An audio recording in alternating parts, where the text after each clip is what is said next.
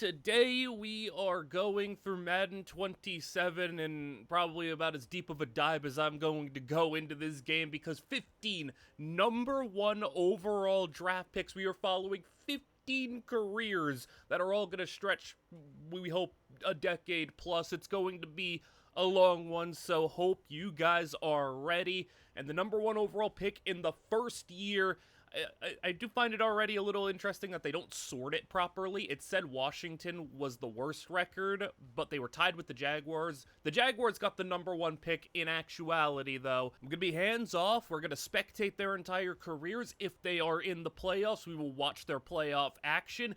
And the first #1 pick of the video, Eric Connor, an edge rusher out of West Virginia. He's only normal dev, but he is an 81 overall, which is pretty good. And, well, that didn't really help the Jaguars all that much because they got the #1 overall pick definitively this time. Connor was behind Trayvon Walker and Josh Hines-Allen, so he was a rotational third edge rusher, 1 sack, 11 tackles for a loss. And, yeah, you would have liked to get a little bit more out of your #1 overall pick, so let's see what the Jaguars do. We're going to hope it's not too many Jaguars as the #1 overall picks. We'd like to get some diversity in teams here, but this time around, it's not going to be a quarterback. They're going to keep Trevor Lawrence. It's not going to be a defender. They already went that way last time. It is going to be a wide receiver, Earl Raymond, hidden dev, 75 overall physical wide receiver out of Notre Dame, 6'2", 21 years old. And Eric Connor here takes a 3 overall jump. So in order to make sure that this video isn't absurdly long, which it already is really long, Jaguars don't get the #1 pick this time around. It's going to actually go to the 49ers, who were a 4-win team. Raymond, 485 yards, and Eric Connor got to start a little bit, 7 sacks. And before we kind of get into how we're going to be doing the games here, I want to show you, because every year I was looking at the draft classes to just kind of see who the top players were and if I was rooting for anyone to go #1. Well, look at this wide receiver. I think we got a generational wide receiver in the 3rd draft class. 6'6", who ran a 4.27. He's got A's everywhere. All right. 49ers, don't mess this up. Take your next Jerry Rice, potentially. And as you can see, just to verify, I simmed it. I don't select the players. I don't do anything. Again, hands off. It is Ainsworth. 2 straight #1 overall wide receivers. I know we're moving pretty fast, but we got to wait till these guys actually succeed. 84 overall. He's got 97 speed with 99 jumping. He might be a little bit of an injury concern. He's got some durability issues. Eric Connor does as well, though. He's been, I guess, all right for the first 2 years. And Earl Raymond, 79 overall. But we're going to be a little bit more exclusive to the side of the ball that we're going to be watching. The 49ers make the playoffs. Jaguars don't. Eric Connor, another little leap up. 9 sacks, 15 tackles for loss. Raymond, 700 yards, 4 touchdowns. But like I said, we're going to be focusing on the side of the ball that is important to us. I know people have asked for that in the past, where it's like, hey, you could just focus on the players and focus on their side of the ball, don't want to watch unnecessary defense. Well, you're going to get your wish in this one. And the fact that I still did that in the video is longer than usual. I try to keep my videos under 3 hours, but hey, man, you ever get into a project and you don't realize how long it takes until you're actually in it? Well, this one was more so on the 40-plus hours of total work that I had to put in, which is why I did double up on FSU videos and, you know, had to take a little bit of extra time to put this one out. So excuse me for the little bit of a slowing of the content if you're not an FSU series watcher, but let's get into the action here where Brock Purdy, 20-9 is your score, and Ainsworth out there at wide receiver. He's not the one making the catch there, but it will be a first down. They're down by 11, 4 minutes to play, as the Buccaneers have been pretty much in control of the 4th quarter, and the Niners haven't been able to score on offense much at all. No touchdowns on the game as Purdy. It'll be a flag down. They're going to have a 3rd down and short, but instead it turns to 3rd and 7 with a false start. So Purdy, what do you got here from the 43? Strike over the middle. It went for Ainsworth, but it was double coverage. Incomplete. 4th and 7 now. And a strike down the middle. Caught for the first. And Purdy, he got hurt on the play, so Purdy is out now. And the backup quarterback is in. I don't know. This is a drafted quarterback, number 17. He's in. He's getting hit out the back of the end zone. 3rd down and 10. Now you gotta get it done without Purdy as the throw for his man at the first down marker's caught. Goal to go from the 2. Hurry back to the line. They got a whole weird assortment where one of the wide receivers takes the carry, and he's in for the touchdown. I don't know what is going on here because who is that catching a screen? I don't know what's happening. It's the first game. Who's number 96 catching a ball on a 2-point conversion? I mean, it doesn't matter if they don't get the stop, though, 2-point conversion or not. They need to get a stop. 1 first down for Baker. How about 2 first downs for Baker? And a third one is what they need. And they will not have it. But by that point, 4th and 5. They're actually going to try the long 55-yard kick, and it's no good. And now, hold on a second. Niners got the ball. I only wanted to show the defense there because I'm only going to show other sides of the ball when it's like crucial situations, need a stop, tie game, minute to go, overtime. I'm only going to show it in those instances or if something notable happens. So that's why I showed it there, just to show you that they got the stop, got the ball back. But the issue is this backup quarterback and crew is not doing too hot, and they do not even get past a first down. And Ainsworth ends up with 45 yards and 5 catches in his playoff debut. But what a rookie season! 114 catches, 1,400 yards, 8 touchdowns. And what is going on in this universe? Cade Klubnik and the Lions just won a Super Bowl. Oh boy, yeah, we're going to be in for one. We're going to be in for one. Number 1 overall pick for the upcoming year. No Jaguars, no Niners. It is the Cardinals, and they are going to go with an edge rusher, and, well, this one isn't going to be all that encouraging because he is a 73 with normal dev. That's not too hot.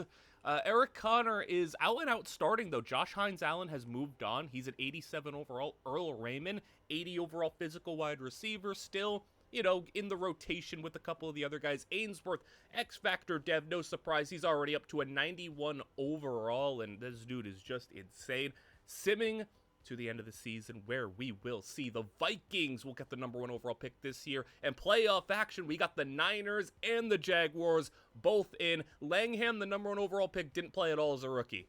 That's not a good sign, especially when you're the Cardinals. It's not like you got a whole lot of talent to begin with. Let's go to the playoffs. Now, with the Jaguars, we're going to get to see both sides of the ball because we have Eric Connor. Keep an eye out for him on defense. Number 51, edge rusher at the bottom of your screen there. And the throw from Cam Ward into the end zone. It's a touchdown. Wandale Robinson. But then on offense, we got the receiver as well. So we'll get to see both sides of the ball for the Jaguars. 2-point conversion is good. We're tied up 35-35 as Lawrence is getting sacked. And now it'll be 2nd and 17. Quick throw, short, turning upfield, breaks a tackle, and he'll set up with a more manageable 3rd down. That was Raymond, our receiver that we're watching. He's number 80. Keep an eye out for him as well as Trevor Lawrence on the scramble. Fumbles the ball short of the line, but it's picked up by the running back, Bashal Tootin, for the 1st down. That's a very unique way to get a first, as the catch made for another 1st down, moving the chains from the 39. Lawrence strike, and he's got his man Parker Washington. Red zone opportunity is Lawrence. Keeping it going. That's inside the 5 and down to the 4. And Lawrence with 6.5 to play. Off the edge of a block defender. It's a sack. Didn't really have much of a chance on that one. But 3rd and goal from the 13. Lawrence, dangerous ball. Picked off in the end zone. Put it up in coverage for Parker Washington, and there was just no chance of that happening. Titans ball. And they'll have it with 4.5 to play now from the 39. And the strike is, oh, it's tipped, but into the hands of Io Manor. How did he catch that? And that is just incredible luck for the Titans. That is one of the most, like, improbable catches I'm going to see all video. 2 minutes to go. Titans is just, I don't know what that edge defender was doing. He ran into him. What is going on in this video already? That could have been a pick 6, but now it'll be 4th down and a field goal is good. I'm already seeing a whole lot of just ridiculous things happening. Like I said, we could be in for just a wild one. If we're already getting these types of weird plays, weird things happening in the first couple of games, we got a whole, like, 30 years we're getting through in franchise mode. So, Lawrence, can you make a big play here? There's our guy Raymond for the first down. The 41, you're right around field goal range, could tie it as Lawrence has got a man outside. He's wide open. It's caught. Touchdown. Jaguars take the lead with 51 seconds to play, and now the handoff. Titans always led up by guess who? Eric Connor, the #1 overall pick. Look at what he just did. He just won the Jaguars a playoff game. That's the type of impact we want to see from one of our #1 picks on defense. A game-sealing forced fumble. Wow! And Raymond also had 100 yards receiving. The Jaguars might have turned things around. Unfortunately for the Niners, as we head into their playoff game, Brock Purdy tore his tricep, and he's injured. So he got knocked out of the last game last year, and he's out in this game this year. Really unfortunate stuff. They're down by 15 to the Lions. It's 3rd and 8, but I just think it's really unfortunate that Brock Purdy's already had to deal with 2 injuries in 2 playoff games. It's really given the Niners a lot to try to overcome. How about Ainsworth in the flats? And Ainsworth, that was all over him. 3rd down and 13. Maybe get him a little bit more vertically down the field, but the backup quarterback, it's the same guy as last year. He's getting sacked. It's 4th and 20. They're going for it. Put it up, and broken up. And the Lions will take over. We go ahead where they score a touchdown on the ground, and that will basically be your game. You didn't stand much of a chance with your backup quarterback. Look at all the yards per catch. I mean, Ainsworth had 4 catches for 11 yards. The offense just could not move the ball down the field with a vertical passing game, and that's really disappointing considering you had Ainsworth averaging 18 yards a catch this season. I don't know what you're doing here. Also, when I show you the final season stats, if they made a Pro Bowl, I will put a little thing if they made the Pro Bowl. Ainsworth just hasn't actually made the Pro Bowl in his first 2 years. I don't know why he didn't make it as a rookie, but, you know, they're a little bit more strict, I guess. Now we head to the Jaguars' next playoff game. 31-20, they're losing against the Steelers. Good news is, though, they will get the ball back right here on a punt, and, you know, I only show punts if it's a good one, and dang, that's a good one, right at the 1-yard line.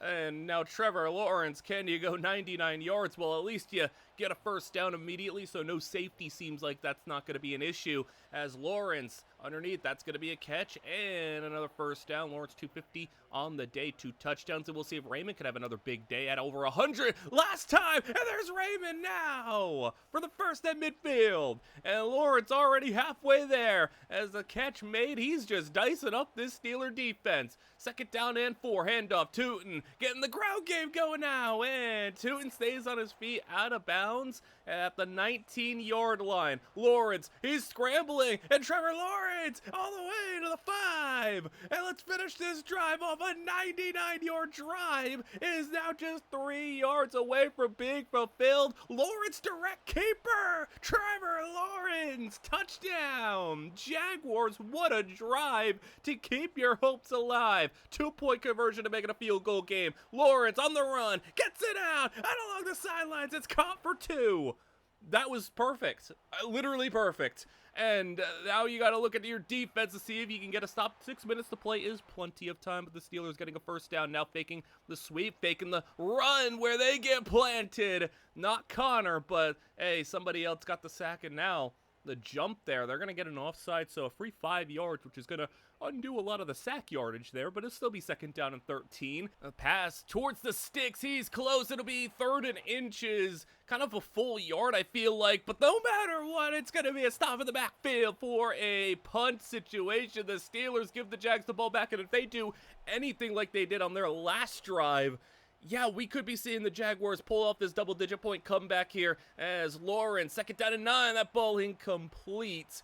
And we'll see who they target here on 3rd and 9. Lawrence, short of the sticks. It's caught, but it'll set up a punt. I thought maybe you could go for 4-down territory there. They instead are going to trust their defense. Jet pass, and to the edge. It's a hit. Down 2nd and 6, midfield. Screen set up, all overhead. And whoever that dude is at linebacker is just wrecking things. I don't know who they drafted to replace Devin Lloyd, but man, he is a demon right now. As 2nd down and 2, Trevor Lawrence takes over the football. And after getting it back, they find Raymond down the seam from the 35. Now in the flats they go. 30-yard line, just a minute to play. Can you get the touchdown, though? Lawrence has to get rid of it out of bounds. They're in field goal range, though. We could be seeing overtime as Lawrence, deep drop, steps up. Lawrence is going to go into the sidelines, and Parker Washington couldn't bring that one in. 3rd down and 10. Don't got to play it risky, though, as Lawrence is broken up. And they will take their field goal, so we could be having a tie game with 40 seconds to play. Kick is good. We'll see if the Steelers take it to overtime or do they got something up their sleeve as Trayvon Walker came in untouched. They get the pass out, caught for 7 yards. Now they can maybe get something going here if they want to with a 1st down. Timeout burn. They could try to shoot for field goal range and the throw stepping up. Oh my goodness, it's picked off. It's Travis Hunter. Oh no way. Travis Hunter pick 6. A game-winning pick 6 by Travis Hunter. Okay, yeah, that is sick, and now the Hail Mary for the Steelers, they're not getting 80 yards, it's over. Travis Hunter. Okay, that is awesome. Connor, 1 tackle for loss, Raymond 74 yards, and the game hero was Hunter. A whole bunch of young, encouraging players here for this Jaguars team. And now they're on to the AFC Championship. Maybe the future is bright in Jacksonville as they are going to throw out in the flats short for the 1st down. The score right now, 17-12 at the start of the 4th quarter, right down the middle. That's going to be incomplete, but they are very much in this to potentially go to the Super Bowl, but Trevor Lawrence is picked off. He wanted Raymond, and they get the linebacker stepping out in front. That is unfortunate. Now Joe Burrow and this offense set up. It's still Burrow. It's still Chase. And we'll see if Connor, again, number 51, he made the tackle on that play. Let's see if they can do something there. I'm really curious that Connor was dropping back in coverage again. He makes the hit there, but he doesn't get him down. I don't know why you're dropping your pass rushing edge rusher into coverage back-to-back plays. That's not really his forte, but all right, Burrow dicing up the defense, over 300 yards passing, and sure, caught at the 6-yard line. And now for the 2-score lead, Chase Brown is tackled in the backfield. 3rd and 10, pump fake in the flats, Burrow looking end zone, he's going to try to run, and diving down at the 7, they'll just take their field goal, so that will make it a 8-point game, and can Trevor Lawrence redeem himself after the interception last drive? They go end around, it's Raymond, I mean, he's not that type of wide receiver, I don't know about that one. 2nd and 11, Lawrence pressured and sacked. 3rd and 22, and Lawrence in his own end zone just got rid of it to avoid the safety. And Parker Washington didn't come anywhere close. They need their defense to come up big now because, well, field position for the Bengals is incredible, and the run is going to help them out so much more at the 25. Now on for a 2-score lead, and the fullback hits a block, down to the 5, another 20 yards on the ground, and Brown checks in, and Connor brings him down at the 2. But for a now 2-touchdown lead, a handoff through the end zone. Touchdown Bengals, 27-12. And things looking dire now with under 4 to play. He actually stays in bounds. That's a nice job to get the 1st down there, but you need some big hitters down the field. Need to make sure you can maintain your timeout. Screen out to the back. I mean, you're going to chip away at this defense, but you're going to just lose a lot of time. You need to hit one big strike, I feel like, as they'll keep it on the ground. And, well, that's a big play. Actually, that kind of caught him off guard there. 2.5 to go. Raymond, he just trucked a defender, but he stumbled backwards because he ran into him so hard. Oh, my goodness. And the catch for the 1st down at the 22-yard line. They're down to just over 2 minutes to go. And from the 22, Lawrence puts it up top for the end zone. Broken up, but there's a flag down. Parker Washington has just drawn a pass interference in the end zone, and now the Jags can make it a 1-score game. They go play action. Put it in the dirt. Good job for Lawrence to get rid of it, though. They're going to lose the 2-minute warning. They're going to lose even more time after a stop, and then punch it into the end zone for a touchdown finally. But by this point, though, you are down to 1.5 minutes to go. You have all your timeouts. Onside kick. Put it up in the air. It's dropped by the Bengals and picked up by the Jags. What is going on? This has just been a chaotic start to this video. They don't usually start this chaotic. Raymond with a short grab for 3. Lawrence is chased and sacked, though. And Lawrence with a minute to go. 3rd and 13. Put it up. And a deep ball. It's It's broken up. That was Raymond. He had it in his hands. Incomplete. That was the chance. 4th and 13. And in triple coverage, it's no good. Raymond had it in his hands at the 2-yard line. That could have been it. Eric Connor makes his first Pro Bowl with a breakout 17-sack season. Raymond takes a little step up with 800 yards and 8 touchdowns, but man, the missed opportunity there at the end. The Giants win a high-scoring Super Bowl, 54-42, and Malachi Fields was the Super Bowl MVP. Now let's go to the Vikings, where I didn't know how long it would take us. You would have to guess that the most populated position for the number 1 overall pick would be a quarterback. Well, finally, we got a quarterback here, Andrew Rice, and okay, he's a 70 overall with a normal dev. This is not the ideal quarterback number 1 pick, but, it can work out. Eric Connor, 90 overall now in a star dev. He took a little dev increase, but with in real life being the situation, you only ever see tackles, predominantly left tackles, edge rushers, quarterbacks go number 1 overall. Hey, in the game, wide receivers, running backs, defensive tackles, corners even sometimes. Any position is really, up for grabs here, and the Vikings are pulling off a Jaguars here. Back-to-back number 1 overall picks for them. And the playoffs, the Jaguars are in. Andrew Rice was actually the starter, and yeah, that's probably what you expected from a rookie quarterback who probably wasn't ready to start. He was 26 touchdowns, 16 picks, not too good. The Niners, here's the disappointing thing. Brody Ainsworth now, he was the one injured. The Niners actually win the playoff game, but the problem is Ainsworth's on IR. So it doesn't really matter. And Tremaine Langham, I would have spectated him, but he was kind of, one tackle, didn't really do anything. He actually was pretty good in rotation, 8 sacks in his second season. That's not bad. But Ainsworth, yeah, he got knocked out before the regular season ended. Only 800 yards and 4 touchdowns. Really unfortunate. The Niners have been bit by the injury bug bad. The Niners didn't, make the Super Bowl or anything. They got knocked out, right after. But, we're not going to spectate that because Ainsworth isn't playing, and there's no reason to really do that. So, we're on to the Jaguars once again, who are in the wild card at 9-8. But, man, 3 years for Ainsworth. Purdy got injured, he got injured. That's not ideal. We head to the Jaguars, where there was a shakeup in Jacksonville.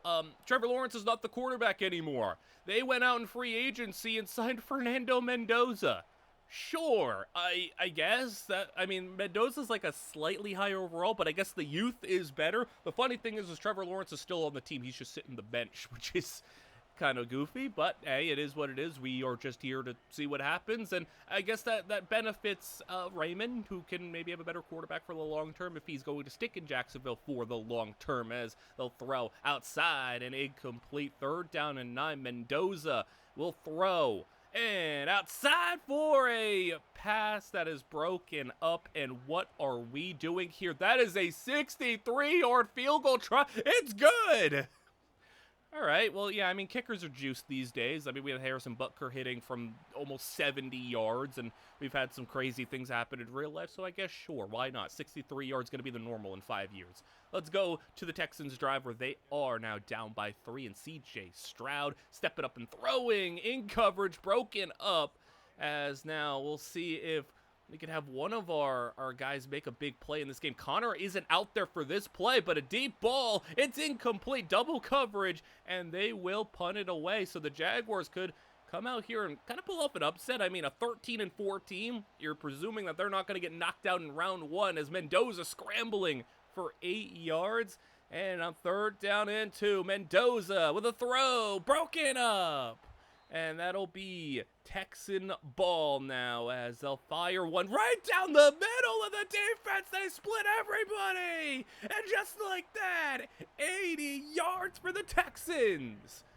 That's a sudden play to take the lead. And now Mendoza, you got a big drive in you. You need to score a touchdown. He's nearing 300 yards on the day. They'll go draw straight through the middle, and that'll be a first down at the 48-yard line. 3.5 to go. You could really make this the last drive of the game if you really played your cards right. And now a catch for the tight end with blockers out in front. He'll get into the 32. Now, the field goal's not going to do you any good. You need the score for the touchdown. A 4-point game, and Mendoza picked off.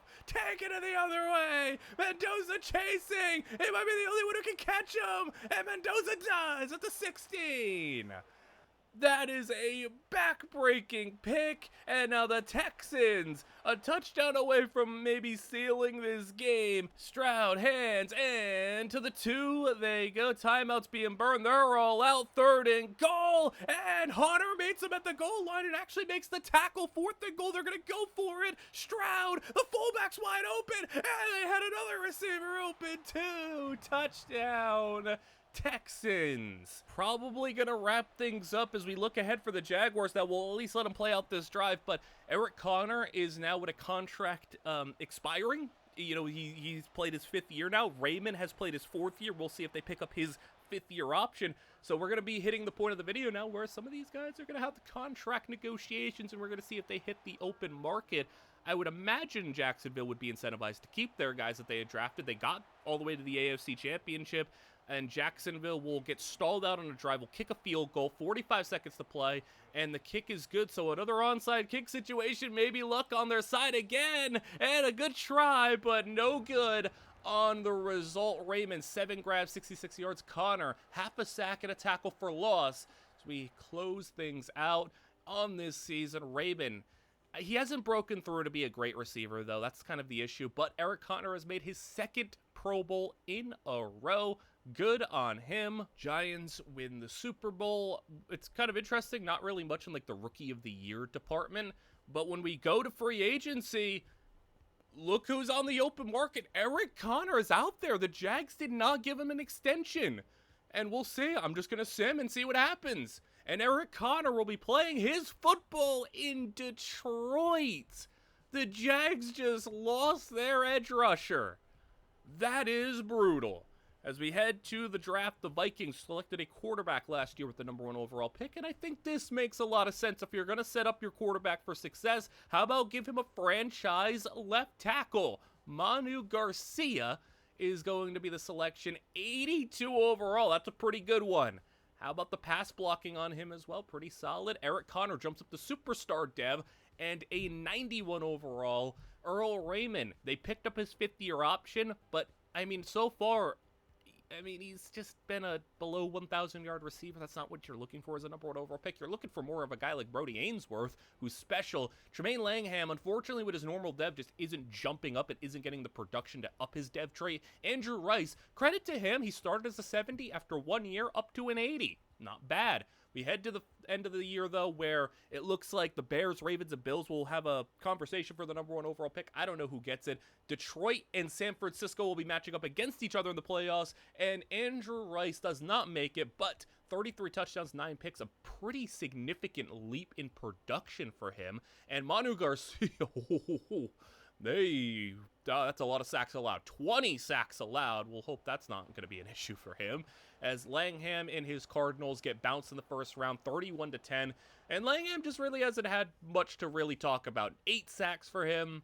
Again, kind of like fine, but like not #1 pick worthy. As we head to Jacksonville now, we only have to spectate their offense, and oh boy, this is a similar situation on the road at Houston, who is a 13-win team. Fernando Mendoza's got a 6-touchdown game going. Did I read that correctly? It's 44-44. They lost their star edge rusher, and their defense forgot how to play. But luckily for them, Fernando Mendoza has taken quite the leap, because he's an X factor now, and he's got 6 touchdowns on the Texans defense. I don't know what is happening here, but it's just ridiculous. 3rd down and 15. You're in field goal range. Mendoza on the run. Got it. And broke a tackle at the marker and got the first down. Mendoza, is he going to get touchdown number 7? They'll go handoff. And the running back, hey, he's down to the 1. 3rd and goal. Mendoza hands in a touchdown on the ground. 51-44. So again, I'm only going to show you the other side of the ball if it's relevant. And I think, you know, a game 2.5 minutes to go, in a 51-44 game, it's pretty relevant. I'm only going to show you like the highlights and the main plays when it's not pertaining to our side of the ball. But this one feels like a worthwhile endeavor to look at, as they're down inside the 10, 30 seconds to play, and the Texans, are going to find the end zone. Touchdown. We're tied 51 to 51 with 20 seconds to play. Fernando Mendoza will put up a deep ball, and Mendoza! Okay, they just drew a pass interference. No way it's going to end like that. And the Jags are at field goal range. I mean, it's a 53-yarder, but now they'll run, and yeah, that's going to be way easier. Get it down to the last play of the game. Field goal try, and the Jaguars, you may not have a defense at all. You may have just allowed C.J. Stroud to go for 50 on you, but hey, Fernando Mendoza was sick. Raymond catches 2 touchdowns. All of their receivers caught 2 touchdowns. Their top 3 pass catchers, 54 to 51. And Brock Purdy, oh my goodness, man, look at this. 4 years. 4 years of this. Eric Connor's also hurt, so that's kind of nasty as well. But 4 years of this for the 49ers, where they've had a backup quarterback where Ainsworth, he in 1 year missed it, and there's Ainsworth making a grab there, but the Lions are obviously on top. Eric Connor being hurt stinks, but not having your quarterback 3 out of 4 years is worse for the playoffs. And Ainsworth, if I were him, I'd be so frustrated, man. Every time you get to the playoffs, something goes wrong, and you are being, like, held back because if your quarterback is routinely getting hurt as Ainsworth makes another grab there, you're not able to put up the production that you want to put up like he did in his rookie season. And the pass outside broken up. You're down by 17 if you're the Niners, and looking to make it a 10-point game if you can find the end zone, and he is sacked. 3rd down at 18. And the Niners are not going to be able to get the first down, so they will settle for a field goal. And I'm not going to have to watch, anything else here unless they can get a quick turnover or something. But, yeah, the opposite happens. They'll go for a touchdown. The Lions find the end zone with 7 minutes to play. And then for the rest of the game, I'll only show you if they are able to make a miraculous comeback or if Ainsworth does something cool or a big play like this on a toss. And down to the 41. And now can you maybe go get a quick touchdown here and make something happen? Probably not, but we'll go and give you the benefit of the doubt if so, as they'll go run again. And the run game doing well. I don't know how much you could really run down by 21 points, but here we go. Ainsworth put it up for him, and Brody Ainsworth, touchdown, Niners. That will be the extent of the highlights for this game. 41-24 is your final. Ainsworth goes for 116 and 2 touchdowns, averaging 19 yards a grab. And he makes his first Pro Bowl because he goes and puts up 15 touchdowns. And he played a portion of that season with a backup quarterback. Eric Connor got knocked out at the end of the season. Didn't have as good of a year. 9 sacks, so he missed out on a Pro Bowl. But, got hurt. It is what it is. Jaguars, Raiders. Well, this was probably going to come back to bite you if your offense couldn't put up the amount of points that you needed. Your defense was really bad, and they allowed 36 to...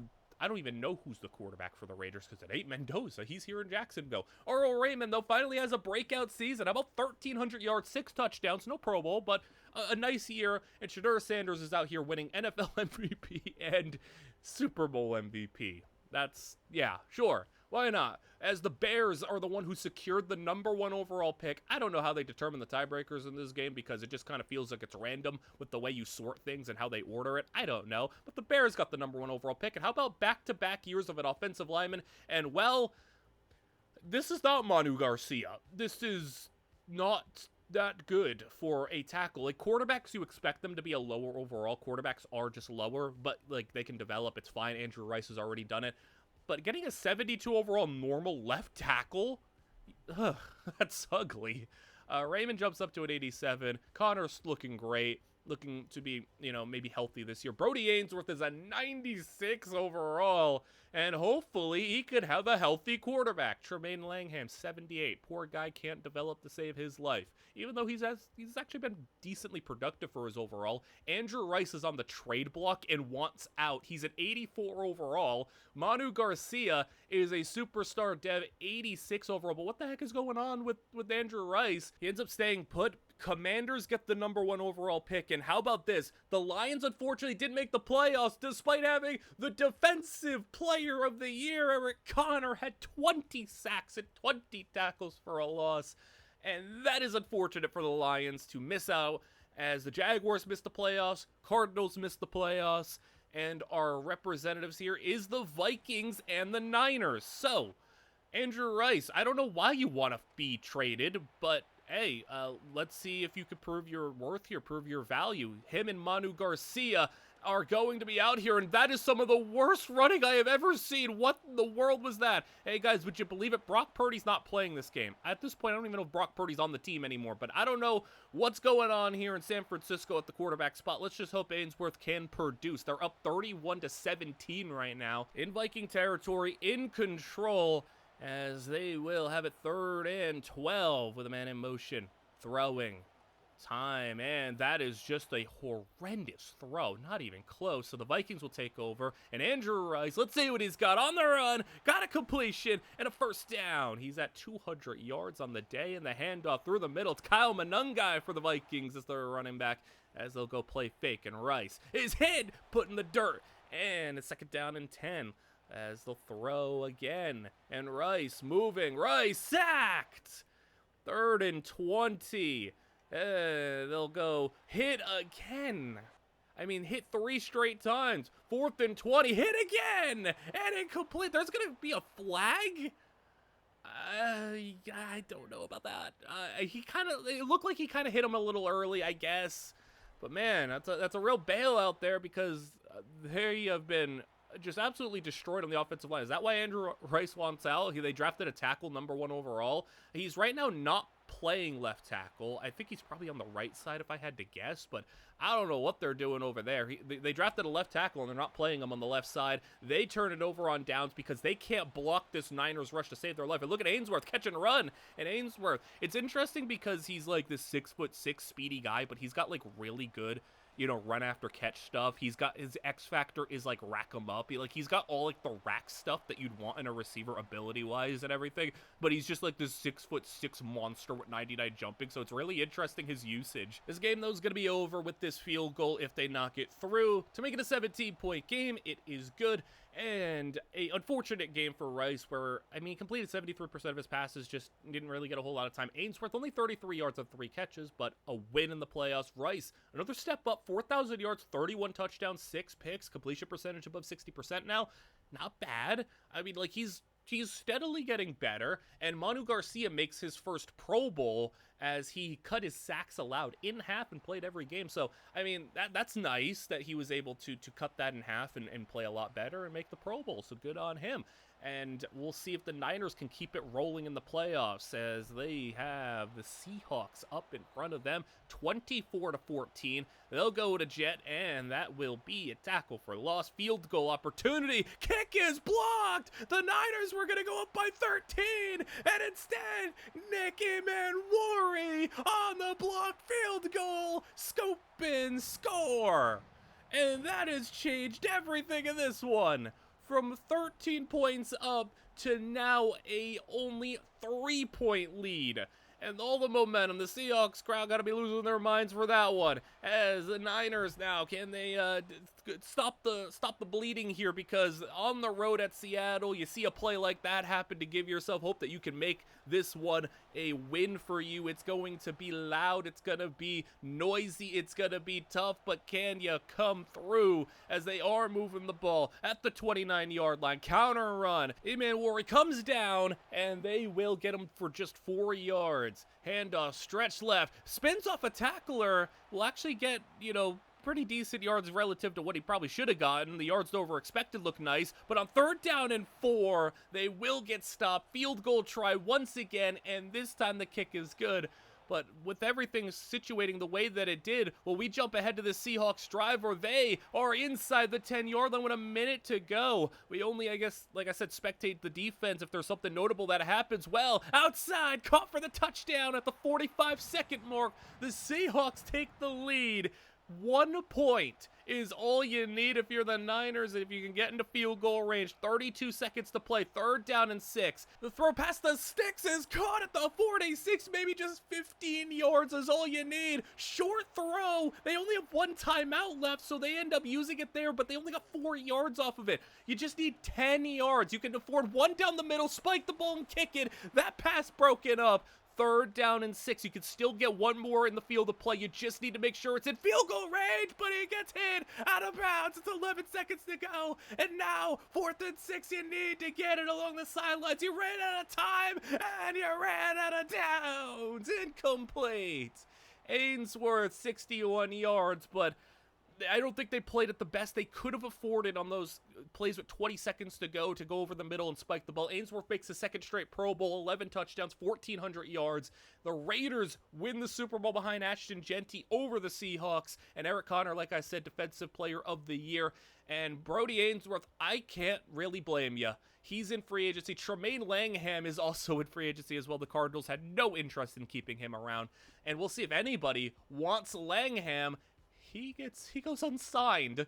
And Brody Ainsworth, I can't blame you for leaving. He goes to the Tennessee Titans. He was frustrated after the years of quarterback failures and the injuries. He wants a stable situation. Washington have the number 1 overall pick, and let's go down the well of a different position that we haven't seen quite yet. Defensive tackle Brett Boston, who wasn't even the best defensive tackle available. I mean, there was an 80 overall, but Brett Boston, 77, hidden dev.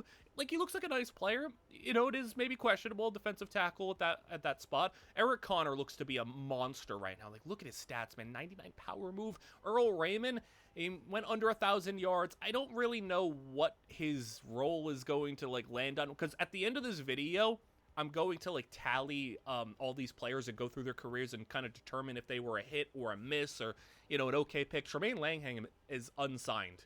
He's not on a team going into the season. Andrew Rice still wants out, and he's still on the trade block. Manu Garcia has developed pretty nicely after a Pro Bowl and 88 overall. There's a lot of nonsense happening. Brandon Brown still isn't starting because he's a 73 overall. That's not good. And yeah, what ends up happening this season is actually pretty ridiculous, because I'm showing you this just so I can show you that I didn't have any influence again. You know, more proof that I'm just kind of letting things ride as they are, because I didn't really know, because this is my first time going through a deep dive video in franchise mode rather than just focusing on one career and actually paying attention to the rest of the world. Blockbuster trades do happen. And well, Andrew Rice has been traded for a 1st round pick. Okay, wow, Andrew Rice is going to Denver, and the Broncos were 6-11, but Andrew Rice has been traded for a 1st round pick. Earl Raymond, just under 1,000 yards again, missing the playoffs. Andrew Rice, 4,700 yards, so he upped his yards, upped his completion percentage once again, but he's going to be in Denver. Poor Manu Garcia just made his 2nd Pro Bowl. They drafted this tackle to be your guy, and he's a 2-time Pro Bowler now, and well, their quarterback is gone. Brett Boston in Washington was a rotational D lineman. Didn't do all that much. 3 sacks, fine. You know, it is what it is. But we move on to Tennessee, because Brody Ainsworth now is got a new team, a new look, and a new quarterback, Enrique Perez. This is not Cam Ward. Pay attention to the name Enrique Perez throughout this video, because this dude, of all the players that we're not following and not, getting through the careers of who were number 1 overall picks, this dude Enrique Perez is something special. So, I don't know if that's too much of a spoiler, but that ball, they're going to call that a fumble on the field. They're going to review that. That was very clearly not a fumble. But, you know, I want to shout out certain players that do some wild stuff and have, like wild careers, even if we're not necessarily paying attention to them too much. And Perez is one of those guys. So from the 49-yard line, let me just tell you, they got themselves a quarterback, so you won't have to worry about no Brock Purdy nonsense and him getting hurt every single year, as Perez is going to step up and run. He's got the 1st down. He'll slide at the 36. And now 1st and 10. It's a tie game in the toss. He breaks the tackle, gets lit up, though, and loses 4. 2nd and 14. Perez in the flats to the back. And they'll get the lost yards. They'll get 3 of them back, but it's 3rd down and 11. You're in long-distance field goal range. It's Perez. Clean pocket with time. Moves left. Perez is eventually sacked. Just no one got open down the field, and you just lost field goal range. I mean, you had plenty of time. Just did not go your way, and the coverage was great down the field. Meanwhile, we go to the Steelers' drive, where they finish things off with a touchdown with 3.5 minutes to go, meaning Titans, can you get a game-tying drive as they'll go screen? And look at the blocking from number 73. That was a good job just flattening a DB. Now 2:50 to go from the 34. Handoff. I would like to see them actually target somebody down the field, mainly your 6'6" receiver. He hasn't even gotten a target right now up until a receiver on the outside, the number 2 guy, who's also a superstar dev. So they got a really nice receiving core. He makes the grab at the 49. Pass over the middle is broken up for the tight end. 2nd and 10 now. Running back out in motion. He'll go inside over the middle. They'll try to get it to the back, but he was just well covered. I mean, not much there. 3rd down and 8, and Perez will go outside over the head of his receiver. 4th and 8, and the game potentially on the line here, and it's caught for the 1st down. They'll keep it moving. A minute and a half to go. That pass broken up. A lot of passes into tight coverage. The Steelers have been doing a good job as they'll go short again. The number 2 receiver, I guess they're focusing hard on Ainsworth because they're letting the other guys eat them alive, but now short. It's going to be caught. I also think it's worth noting that also on this team is Carnell Tate still, and Carnell Tate's become a good player. He's just not like superstar right now. 3rd down and 3, but like I said, they got a stacked receiving core, and the play action over to the end zone. Oh, it's caught. This dude number 81 is not the star of the show, but he is the star of today's game. They're gonna tie it up with 30 seconds to go, and the Steelers now are gonna get a huge run that's going to change their philosophy there. Maybe they were looking to take it to overtime. Instead, in just 2 plays, they find themselves at the 42, and the Steelers are going to get themselves in a field goal range. And with 32 yards in front of them, the kick is good. And now a Hail Mary is going to have to be the try. Perez.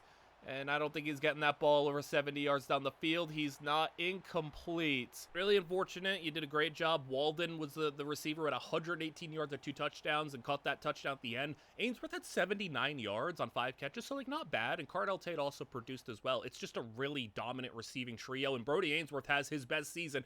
1,500 yards, 15 touchdowns, over 100 catches, and another Pro Bowl to add to his resume. And speaking of guys with a strong resume, your Defensive Player of the Year from last season was Eric Connor, and he missed the playoffs last year. Now he's in the playoffs this year. The Lions went 13-4, and they are currently in control of the Green Bay Packers, up by 18, and the handoff is into the end zone for the Packers touchdown. But if you're wondering, hey, Perez is the quarterback at Tennessee. Where did Cam Ward go? Well, Cam Ward's the quarterback right now for the Packers, as that's an interception. The Lions quarterback is still Cade Klubnik, so I don't know how Cade Klubnik has become like an insane franchise quarterback and a Super Bowl winner and a Super Bowl MVP before Connor got there. So Cam Ward now down by 11. They're looking to make this just a 1-score game. They're inside the 10 at the 9. Goal to go for Cam Ward. Quick throw on the bubble, and they'll lose 3. 8 to play in Ward. You could settle for a field goal on this drive. That's not going to be an issue. It's a touchdown. Cam Ward delivers. And now the Lions, they end up scoring a touchdown on their next drive. So we will go ahead where Ward has 6 minutes to play in a 12-point deficit now, as they are looking to try to find the end zone again. No turnovers from Klubnik this time around as Ward 3rd down and 4. Pass is caught. That's a great throw. And I want to see if Connor can make another big splash play. If you remember, Connor had that forced fumble that won them a playoff game in Jacksonville. Has had some pressures in his time. He is kind of getting rotated in and out a little bit, which I don't like. He should be kind of on the field all the time. But, you know, I'm not the D coordinator. I'm not the one making the decisions here. I don't know. Maybe he's a little beat up and the wear and tear is hitting him. I do lower my wear and tear sliders a little bit because I know wear and tear is pretty brutal in this game. I kind of drop everything by 5 to 10 because players get knocked out a little too easily. So if you're looking for a tip there, just mess with tinker with the sliders a little bit.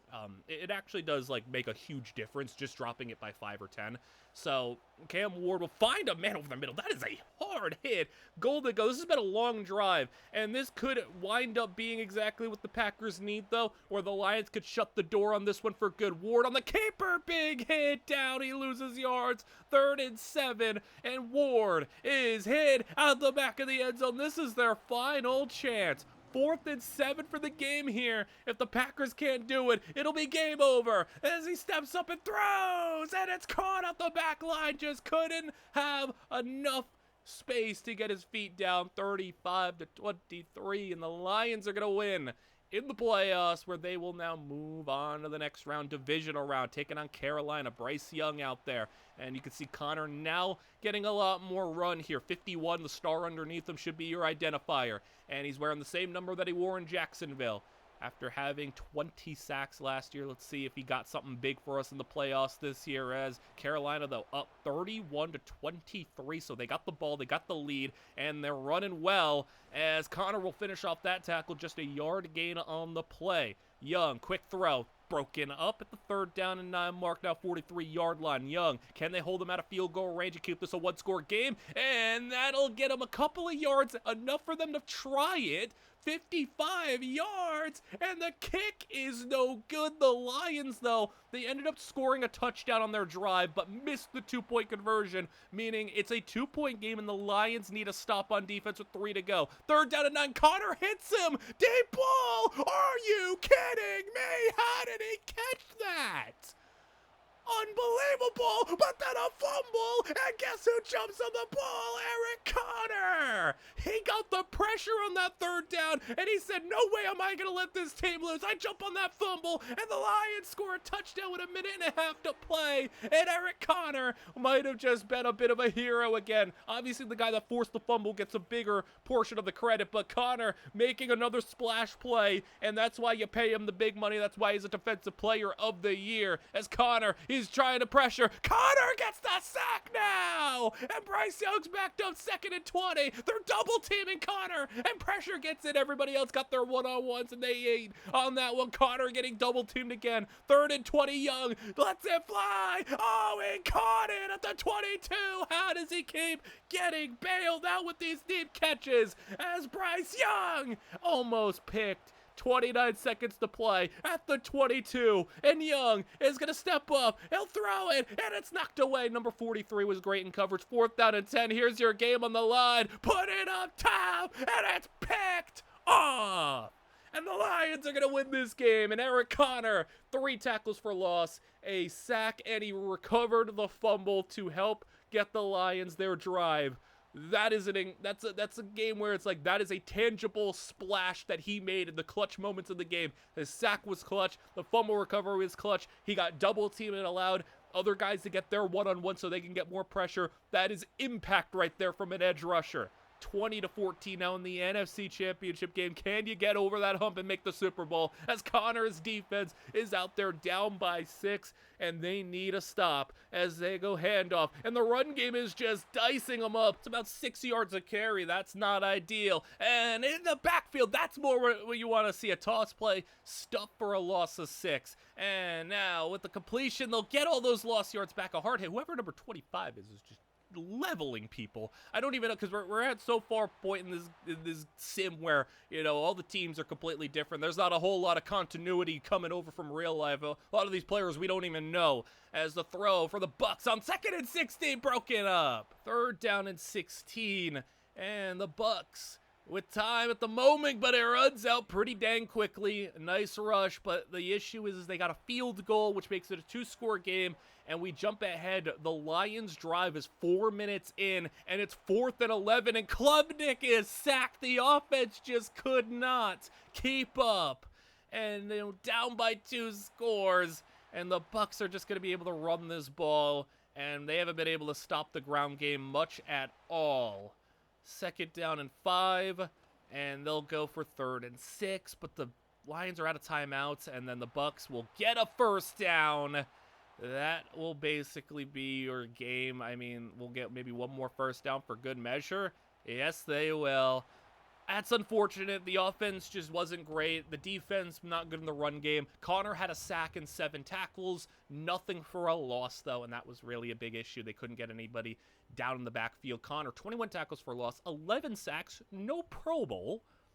Okay, but Texans win the Super Bowl over the Buccaneers, and we'll head to the draft as see who's up next. Number 1 overall draft pick.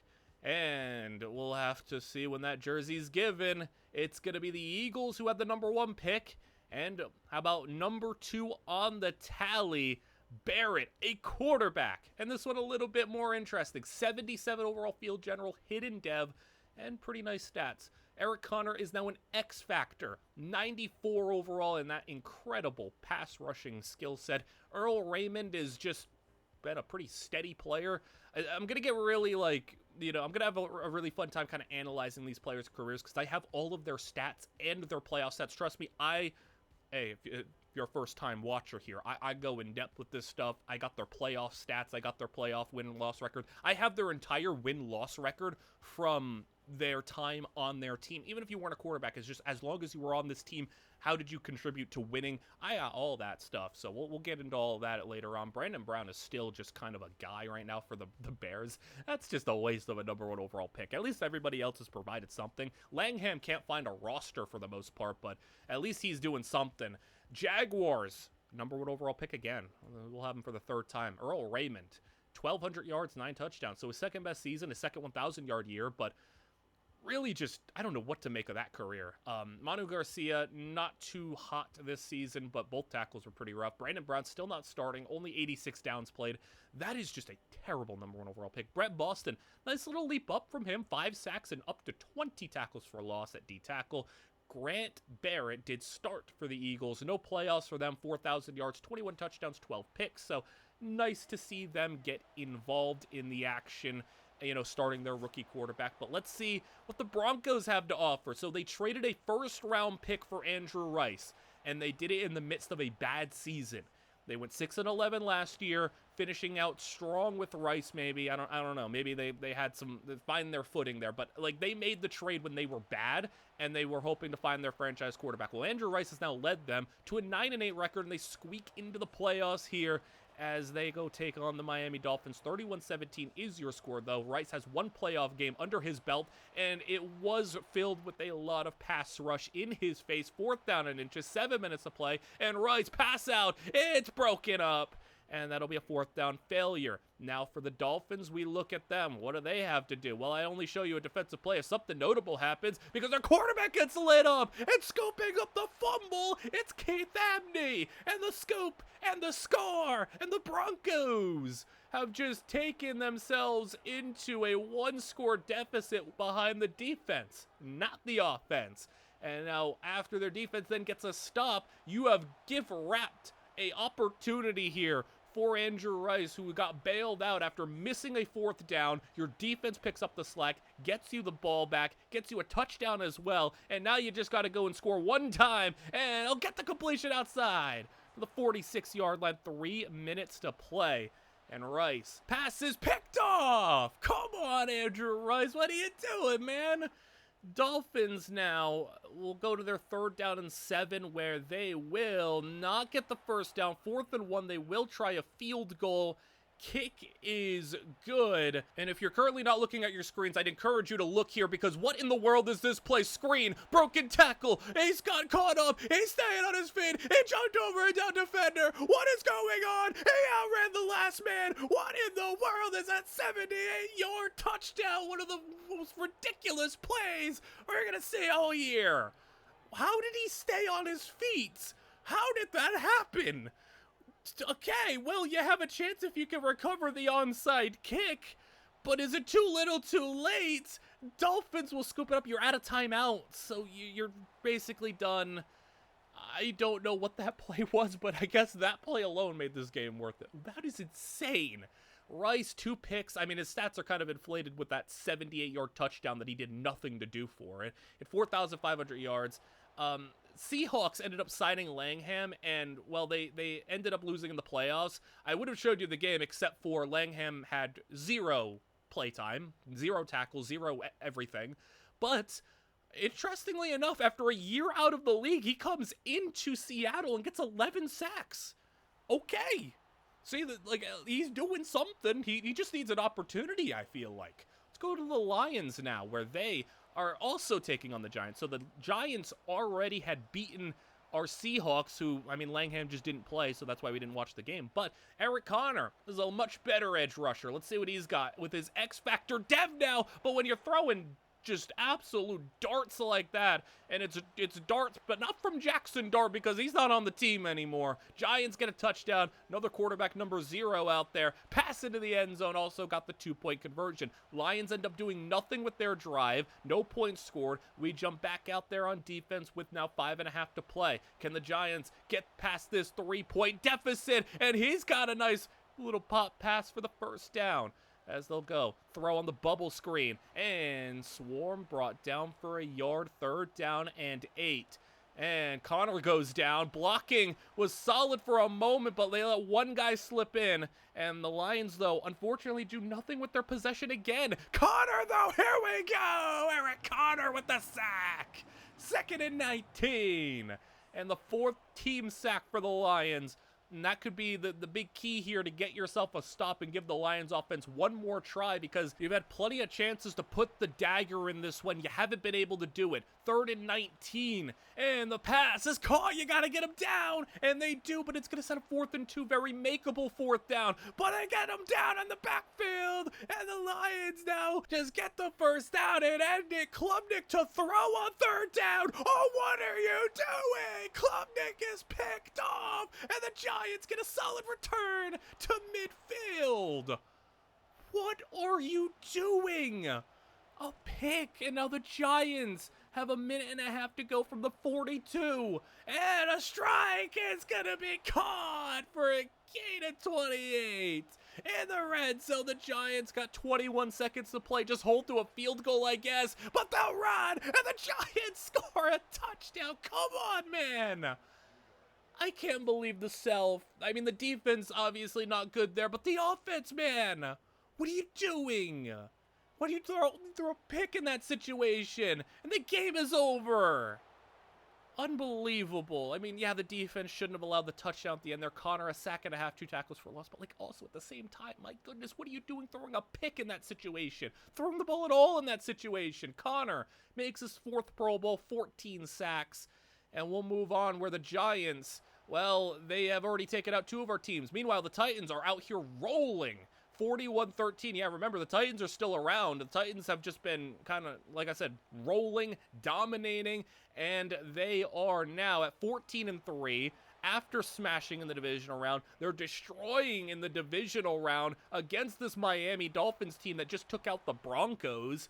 I mean, the Titans have just sat back, watched everybody go down, and meanwhile, they are on their way as the run inside the 5, down to the 4. Can the Dolphins get a miracle here? I don't believe so, because now with 2 yards to play, already up by 20, handoff, he's in for the touchdown, and the Tennessee Titans have just steamrolled their way through the AFC.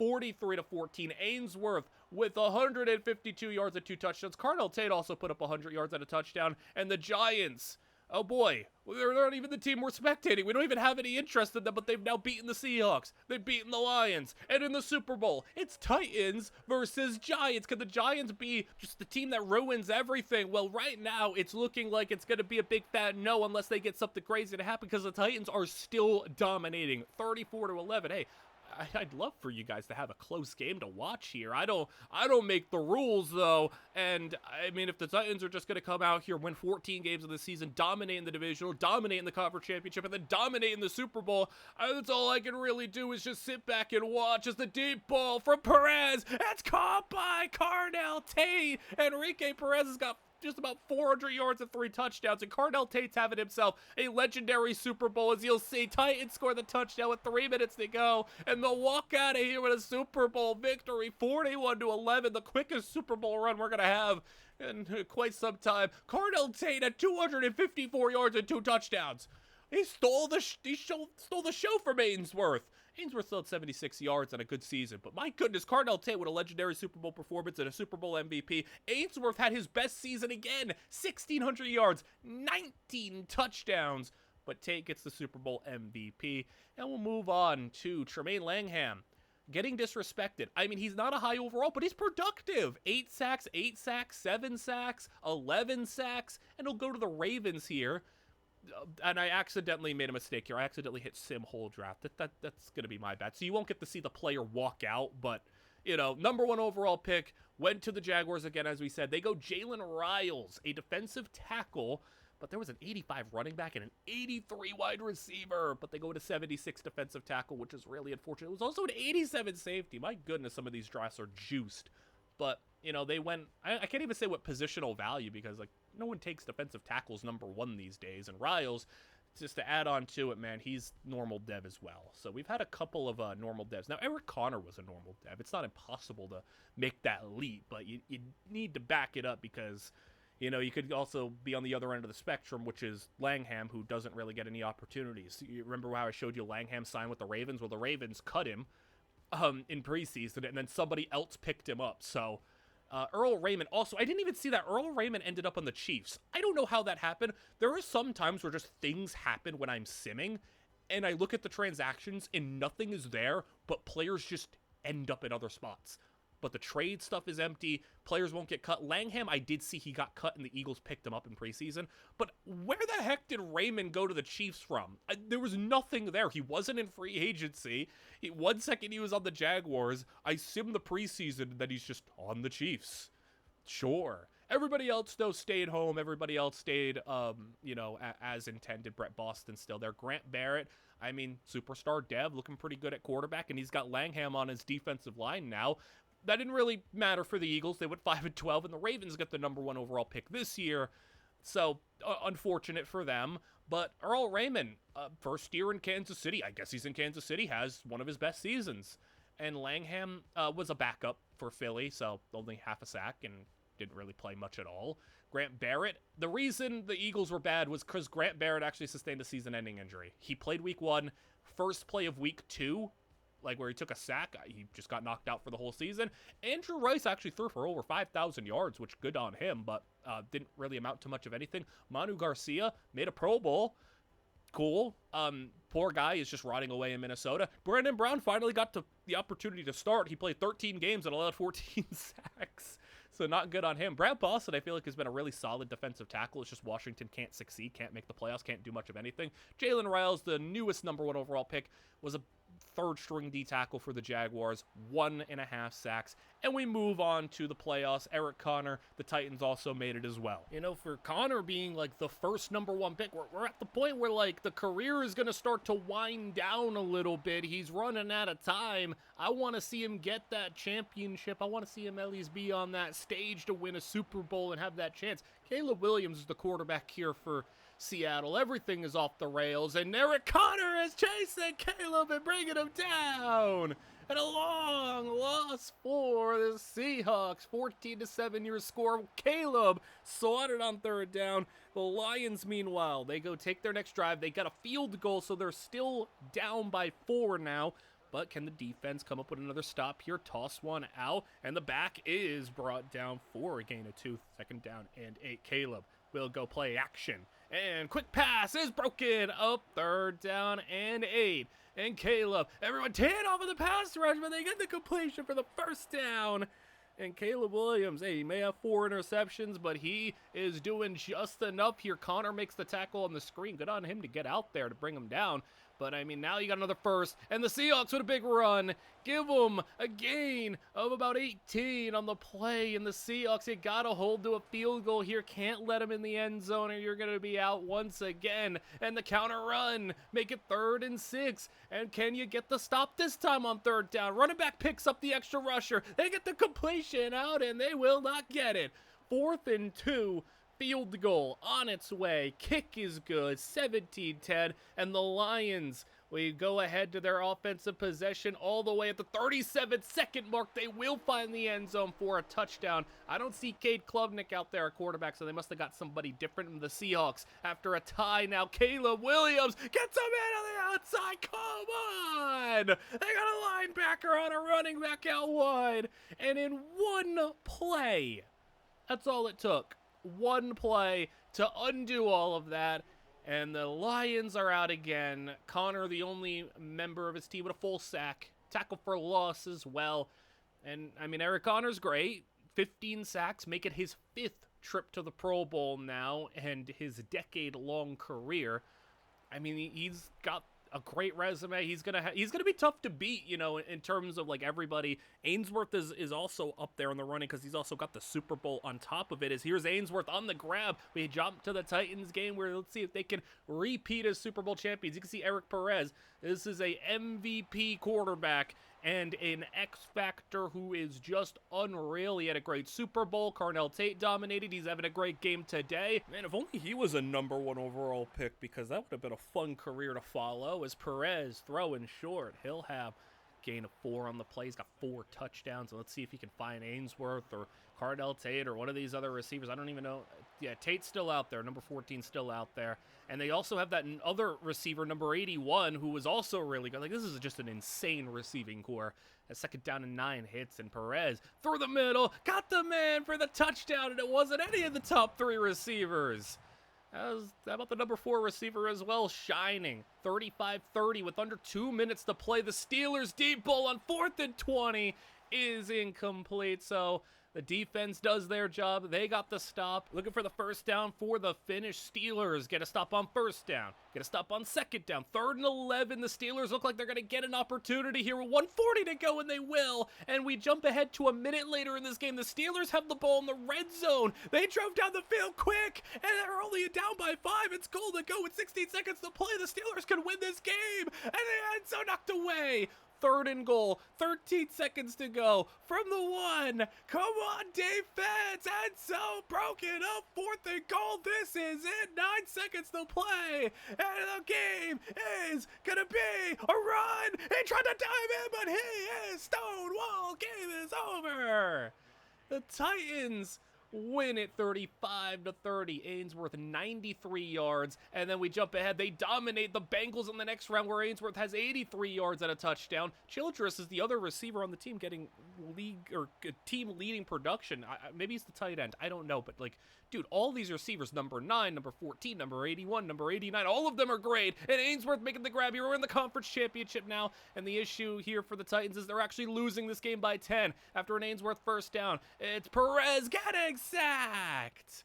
And no Will Anderson out there, but still a dangerous defense as they have reloaded very well. And Childress, who is this Childress dude? He is, all these receivers are absolute, like, animals, I guess. All of them, all 4 of them. As Perez underneath, it's got Walden, the other dude. That's the dude who had like 100 yards in that game, you know, tying touchdown against the Steelers a while back in a playoff game. Like, all of these dudes, man. I mean, who is going to be the one that you focus on? Well, the defense does hold them out of the end zone, so they will settle for a field goal, make it a 1-score game. Titans get the ball back after a quick stop, so not bad here. You got your opportunity to maybe make this a tie game. Perez turns hands, and we'll get stopped for a loss of 1. Honestly, with the way this team operates and the quarterback and receivers they have, I would just drop back and throw almost every single play. And there's Walden, one of many receivers with the grab. I mean, Carnell Tate's been dead silent. That's your Super Bowl MVP from last year. Childress on the reception now as he'll get 5. And now dropping to throw, and the catch. There is Carnell Tate. He's got a first down. 5 minutes to play. And now Perez with the play action. He'll hit Ainsworth short for 3. 43-yard line on a 3rd and 7. Perez steps up, fires deep, and the tight end Childress has got the first down. Dude. Oh my God, the offensive line got absolutely bulldozed, but get it out! And a completion at the sticks. 2nd and inches from the 6. Toss it out of the run game. Finishes off the drive. Touchdown Titans. Tying it up, and well, the defense got to stop again. Look who's coming back out. It's Perez at the 31. Can they pull off now 3 unanswered scoring drives? And the play action with 1:20 to go. Perez, deep ball, got it! Walden to the 45. And now maybe just 5 to 10 yards. There it is for Ainsworth. He's got 8. They're in field goal range. 50 seconds to play and a first down to Carnell Tate. Just run this clock out now, and they'll go running all the way to the end zone. Touchdown, Titans. Can this offense be stopped? Look at the receiving production. 7, 7, 7, 8. All of them, 70-plus yards. How do you stop these guys? This is one of the greatest passing offenses of all time. They'll go to the Super Bowl for the second straight year. And the Titans are taking on the Arizona Cardinals. So even though the Cardinals had Langham as a #1 overall pick many years ago, I mean, they were able to rebound and put together a nice Super Bowl team. Look at the stars now under the players. Ainsworth is X Factor. Walden makes the catch. He's now X Factor. And on top of that, Cardinal Tate's gone up to superstar. And there's Cardinal Tate. They're tied 17-17 though right now. Second and goal from the 2. Handoff to the back. He's stuffed in the backfield. Loses 2. Just 2.4 a carry for this offense as Perez to the back, leveled, incomplete. Good thing he didn't catch it, but they'll end up having to settle for a field goal on the drive. So this offense, I mean, 20 points is like not awful, but like, you know, it's a close one and the offense has yet to pull away. Perez has just had an okay game for his standards. The run game has just been pretty poor. Cardinals, though, didn't do anything with their offensive drive, and the Titans back out there on offense. Third down. Perez throwing, but he's sacked by 2 guys off the edge. Now the defense gets another stop, so I mean, hey, the defense is actually doing their job, but like the Cardinals defense is also doing pretty dang good too. Tight coverage on Ainsworth, run game, loses yards again. Cardinals maybe are matching the Titans for as good as the Titans offense is. The Cardinals defense seems to be just as good, though I do think they should be throwing it more, but they got nobody open there as well. The Cardinals defense and the Titans defense back at it because the Titans got the ball again and sacked again. This is just stunning right now. Throw is short. Ainsworth, Walden, none of them can make a play. The defense is all over it, and Perez is sacked again. And I think, you know, a big part of it is just the lack of, you know, one quick open reads, and then when you need to hold for more than like a couple of seconds, it's just not there. It's just not there at all. So the Cardinals now with the ball, and they'll see if they can finally get something going on offense. We're obviously going to hop in and like spectate this final minute because it's the Super Bowl, man. It's a big deal. Let's see if the Titans can repeat behind this incredible offense from the 49, and they'll go with a screen to get to the 3rd and 5. 40 seconds to play, and bulldozing, get rid of it as he's hit, but he's wide open. And there's a big play. They'll settle for the field goal, so they run their timeout. They'll run the kicking team out there. We're headed to overtime. All right, the offenses have stalled out. Mostly the Titans is the shocking one. The Cardinals defense has been up to the task.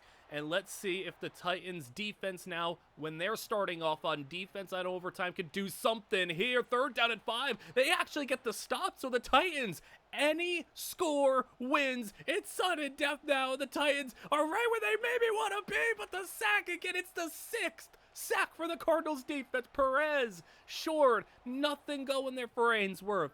3rd and 14. And hit again. They just can't block anybody for a long duration of time.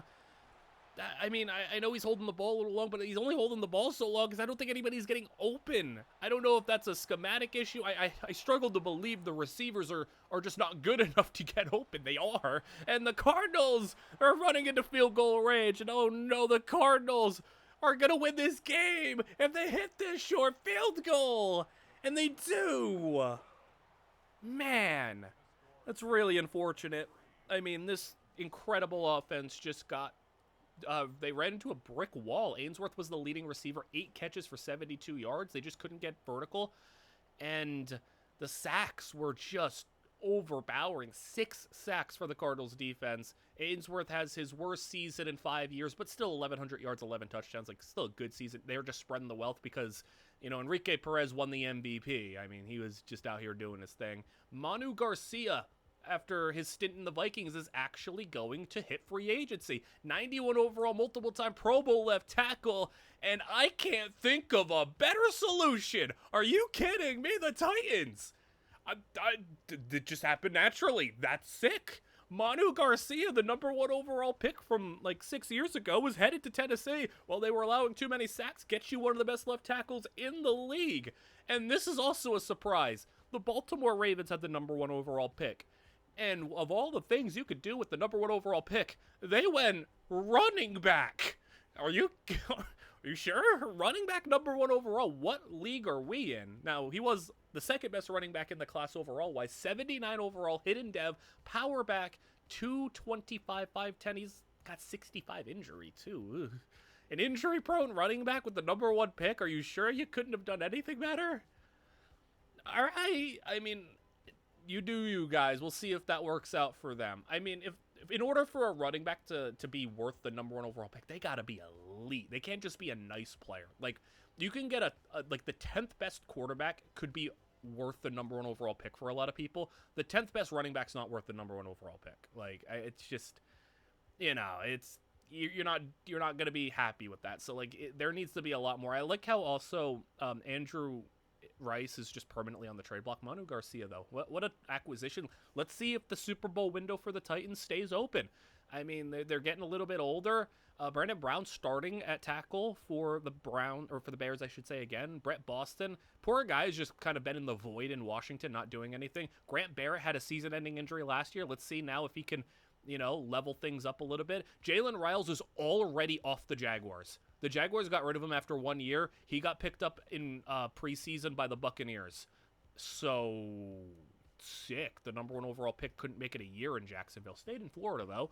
Earl Raymond, 800 yards. He's just been a steady, solid receiver for like a decade now. Brandon Brown was worse. 21 sacks. This dude is terrible. Brett Boston was really good. 9.5 sacks, 14 tackles for loss, but Washington still couldn't make the playoffs. Jalen Riles got banged up, dislocated his hip during the season, and was pretty good, actually. Like 17 tackles for loss, 4.5 sacks as a #2 D tackle. And Demetrius Madison, the running back for the Ravens, only had 56 carries, only 4 yards per carry. Let us move to playoff action where we have a little #1 on #1 pick action. Eric Connor and the Lions are taking on Grant Barrett and the Eagles. Barrett's first playoff action as the quarterback here in Philly is going to get a touchdown here to make it a 21-19 game. They started off close to the end zone. They weren't able to get the 2-point conversion, but the defense did their job, and now back out there. Eagles down by 2. Barrett. Let's see if he can come out here and actually take down the Lions. And, I'm going to be a little disappointed if Connor just can't get over the hump, and it's going to be disappointing. But Barrett got leveled, and he fumbled the ball. His 3rd turnover in the game, but it doesn't result in anything significant other than just time lost and yards lost, but they don't score any points. Detroit is now back out there on defense. 2.5 to go. 3rd down and 7. Can Barrett come out here with a game-winning drive? Well, it's 4th and inches after that hard hit at the sticks. 4th down. Passes picked off. And Grant Barrett with a disastrous first career playoff game, but it's still, he has another chance. The Lions got stopped 3 and out, and a field goal was good, make it a 5-point game. So 90 seconds to play, and he's already got 4 turnovers, but can he still somehow manage to pull off the victory here? 3rd down and 10. He's moving right. He's scrambling. Not the most mobile. He's got okay speed, but he gets leveled by Connor. 1st down. They hurry it back to the line. Right down the middle. That's caught. They'll spike it. 2nd down and 10 with 40 seconds to play. 52 yards to go, and they will get a 1st down there. They keep dropping Connor back in coverage. I don't know if that's the move. 28 seconds to play. Finally, Connor rushing the passer. Barrett's going to scramble. Barrett's going to go, and they have no timeouts. He doesn't get out of bounds, but he does get to the 23, so they're going to be able to hurry it back to the line. You get maybe 2-3 good shots, more like 2 really good shots at the end zone here. 3 if you stretch it. 12 seconds to play, and Barrett, he is sacked. Eric Connor puts the dagger in it, and the defensive superstar edge rusher ends the game. That's awesome. Connor, a sack, 2 tackles for loss, and Barrett, not a hot game for him. 3 picks and a fumble. He ends up with 4,000 yards, 19 touchdowns, 6 picks. He was more like efficient and everything, but, still just not ready, really. Tremaine Langham was also just kind of floating around on the Eagles bench. He had 4 sacks on the season, sure. I mean, I didn't spectate defense because he didn't play much at all, like really at all. He played like maybe 2 snaps, so, there wasn't really worth anything showing there. But let's go back to the Titans. So the Titans now have a star, elite level left tackle, and a guy who has just kind of been suffering and just dissolving on the on the Vikings and you thought you were going to watch the prime of a great tackle just be resulting in nothing, he gets to compete on a contending team now. And Perez, they're up 31-24, taking a shot down the field. It's caught! And Ainsworth was the receiver of that one. And they'll through the middle on the ground game. They still have Carnell Tate. They still have Walden, I would imagine. Maybe not. But they actually hand off to Ainsworth there. And that doesn't really result in anything. I actually think Walden's not here. I don't see another... No, he is. He's there. He's 81. So he lost his X Factor or something? I don't know. But they'll go and settle for a field goal on that drive. But they still have all their weapons. And the kick is good. I have to imagine Carnell Tate's probably regressing. He's probably a little old right now. The Colts score a touchdown, and it'll be 34-31. So a high-scoring battle. It's not really the offense that's the issue. You don't really expect it to be either. It's the defense having their struggles, though. But the Colts, one first down away from being done for in this game, and the ground game is trying to seal it. 2nd down and 8. Perez tosses it out. He got lit up in the backfield. 2-minute warning. Game on the line here. Perez to ice it. Short to Tate. And it'll be out of bounds. And the Colts, at least, though, I simmed to the end. The Colts did not score. But actually, no, I am mistaken. Walden is gone. A new guy came in and took his number. So they got a new number 81 who came in and immediately as a, receiver in the playoffs, as a rookie, just go and get himself a 100-yard game in his playoff debut. Sure, why not? They are just reloading. How about Andrew Rice over here? The Broncos, many years ago, traded a first-round draft pick for him, and it was a pretty high first-round pick considering the Broncos did go 6-11 that year. And it hasn't resulted in a single playoff win. Rice has actually got 4 touchdowns on the day. But, I mean, Rice has just not performed really up to par in the playoffs. This seems to maybe be his best playoff performance. But he has no wins so far.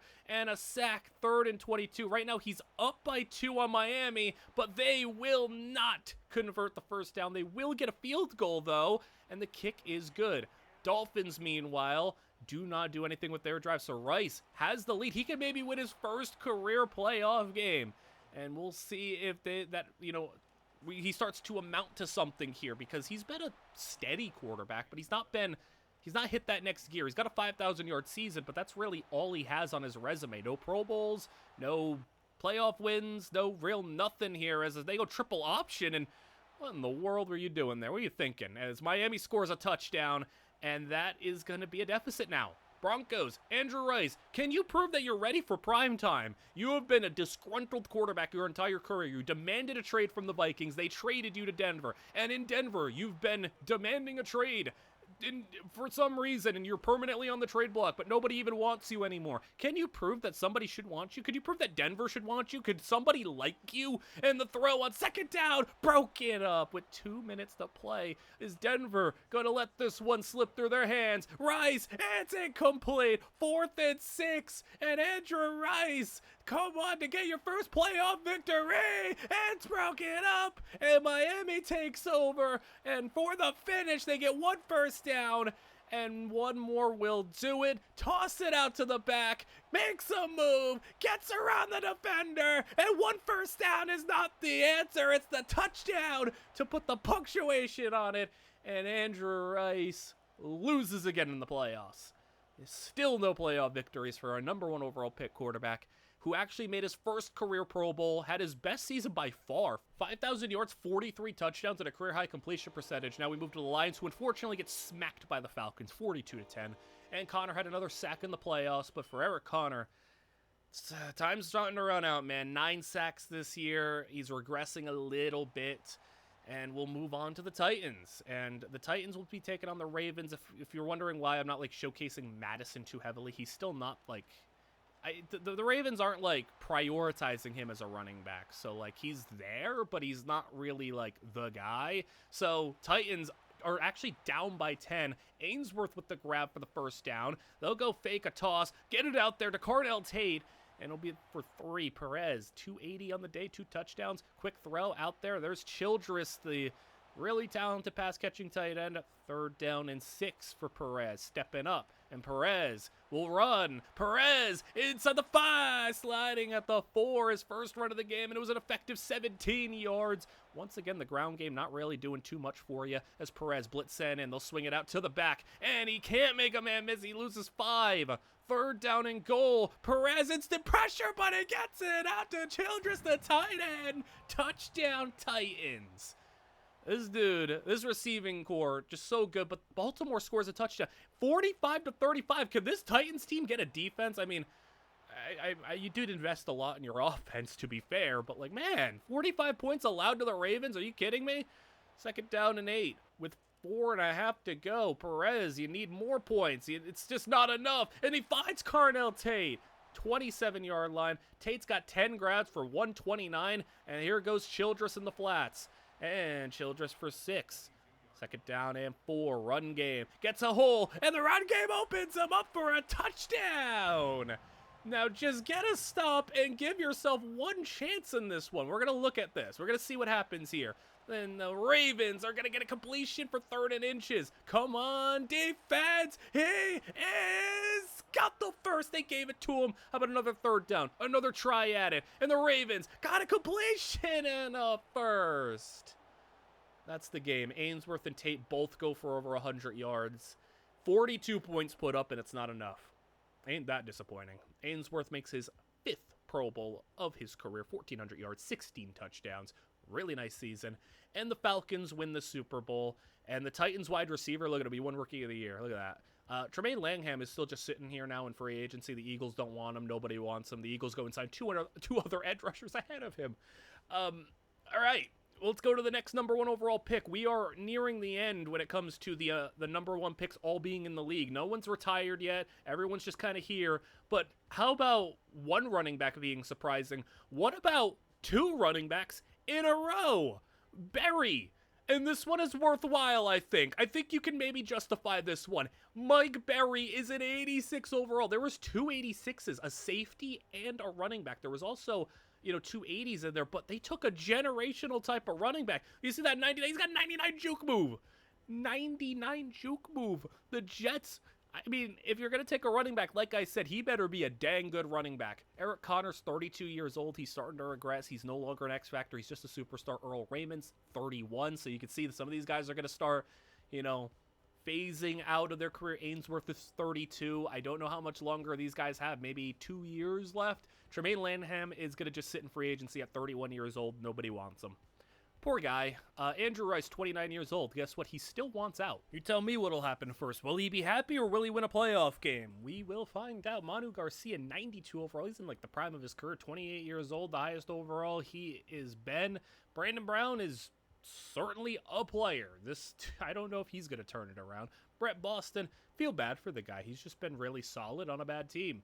And Grant Barrett, 89 overall. He had a bad playoff debut, and now he's got the experience under his belt. Let's see if he can do a little bit better. Jalen Riles now has jumped 3 teams in 3 years. Demetrius Madison. We'll see if he can get a bit more of a role on his team this year. So we head to the playoffs. Well, we get to see no Titans. Okay, Seahawks end up with the number 1 overall pick, but noticing their absence, the Titans had 7 wins. Also, the Lions missed the playoffs as well. 11 sacks, a 6th Pro Bowl for Eric Connor. Earl Raymond still not making the playoffs. He hasn't made the playoffs in so long. Brody Ainsworth just barely over 1,000 yards on the year, but still a nice season. He's doing his thing. Manu Garcia makes the Pro Bowl for the 4th time in his career. Even though he allowed a lot of sacks, it is what it is. He's a high overall. That's all that really matters, I suppose. Or Brandon Brown actually had a playable season. Not so bad. Brett Boston,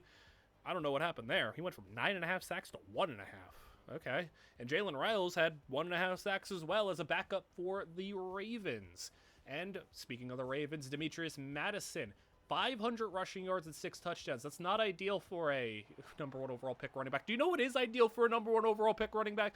To flip all the way from #1 draft pick to a playoff appearance. Mike Berry is a superstar X Factor. I don't think that's surprising considering he was an 86 overall running back, but he has his team in the playoffs, and he's played a pretty big part of that. He's been a really nice rookie. So could the Jets at 9-8 do something here? They're up 28-16 on the Bills, and they're going to go for it on 4th down. Other running back doesn't get it. But the defense gets a stop, so under 5 to go. They got their other running back, so their backup running back does play a fair amount, but Berry is the main guy. I don't know why Godfrey has 5 carries for 5 yards. He's not doing too good. 3rd down and 11 for Galloway, the Jets quarterback. Oh no, here's the backup running back with the grab out of the backfield. So hey, you could catch the ball at least as they'll get inside the 10-yard line. Goal to go, 3 minutes to play, and they'll fumble the football. Galloway, stop with the backup running back. Oh my goodness, it was Godfrey. Galloway's the quarterback. Godfrey's the backup running back. The defense, though, gets the stop. And once again, they're fine. So, here we go. The Jets are going to win a playoff game. All right. Sick. I would have liked for Mike Berry to get more carries. He had 8 carries, but he had 80 yards. So, he had 8 carries, 80 yards, and a touchdown. Really good. I know he fumbled, but the backup running back also fumbled. So, you know, it is what it is. Eagles make the playoffs for the 2nd straight year, and they are not running into the Lions this time around. Can Barrett, a little underhand pass there, short for a loss of 1, but can Barrett come back out there after having a disastrous debut playoff game? You know, actually kind of dial in a little bit and have that experience under his belt to play a lot better deep ball. He's losing by 3, but they're going to take the lead with a 71-yard touchdown pass. Just like that, he was wide open. And the Eagles now, I mean, we have not had a quarterback win a playoff game in this video because Barrett has just started his career basically, like, you know, getting into the playoffs. And Andrew Rice hasn't helped us out. Those are the only 2 quarterbacks we've had drafted in, what, 12 #1 picks? Only 2 quarterbacks so far. That seems a little unrealistic, but, you know, we've had as many running backs as the #1 pick as quarterbacks. The league maybe will change in 10, 15 years, and maybe that'll be what it is. Probably not, but I suppose we can't say for sure. Taking a deep shot here. He's got a step. He's got a ball knocked out of his hands. That was so doable, so catchable for the receiving touchdown, and he just sold them. And then they don't convert. But, hey, the defense is doing their work here. 24-20 is the score. Barrett has not had a whole lot of success this game. I mean, like 150 yards. He hasn't turned the ball over. That's the good thing. So if he's not going to be like throwing for 200-300 yards and like 4 touchdowns, hey, don't turn the ball over. But he's under fire, and the Cowboys finally do score a touchdown here with 2:49 to go after getting the ball back, and they have the lead now. So Barrett, he lost last year. He's got a chance to win it this year. He's kept the ball safer this time around, though he hasn't had a high completion percentage, though he also has been sold of a touchdown on that last drive, or 2 drives ago, I should say. But now throwing that screen where he's going to have another 10-ish yards on the play. They call it 2nd and inches from the 24. Handoff through the middle. Makes a move. Cuts to the outside. And number 36 looking like Brian Westbrook out there. It's a touchdown. And the Cowboys now have just a minute to play. And we're going to look at the defense here getting a sack. Yeah, 50 seconds to go. We'll ride this one out. Let's see if the Eagles defense can make a play. Deep ball. Come on. Their quarterback's got 400 yards on the day. And in the flats, he'll go short for 6 yards. 30 seconds to go. 2 timeouts for the Cowboys. And that'll be a 1st down. Burn a timeout. 1 left. 32 yards away, and they need the touchdown. Ball outside for the completion and a 1st down. And he got out of bounds at the 17. Throwing now with 20 seconds to go. He's going to take it. Shot in the corner. Touchdown. Cowboys. Man, I need some of these teams to get a clutch defense for once in their life. 17 seconds to go. Eagles have all their timeouts. Can they push this to overtime? It's not impossible, but oh, what a hit. They lost 2 yards. Come on, just 1 good strike, just like that! And timeout burn. That could be the field goal for overtime. It did enough, I think. And the kick is good. We're headed to overtime. Eagles have the ball first. So there goes, we'll call him Brian Westbrook Jr. for good reference. Xavier Cox is his name. Thanks for the pop-up on the little bar at the bottom. He's got a good run.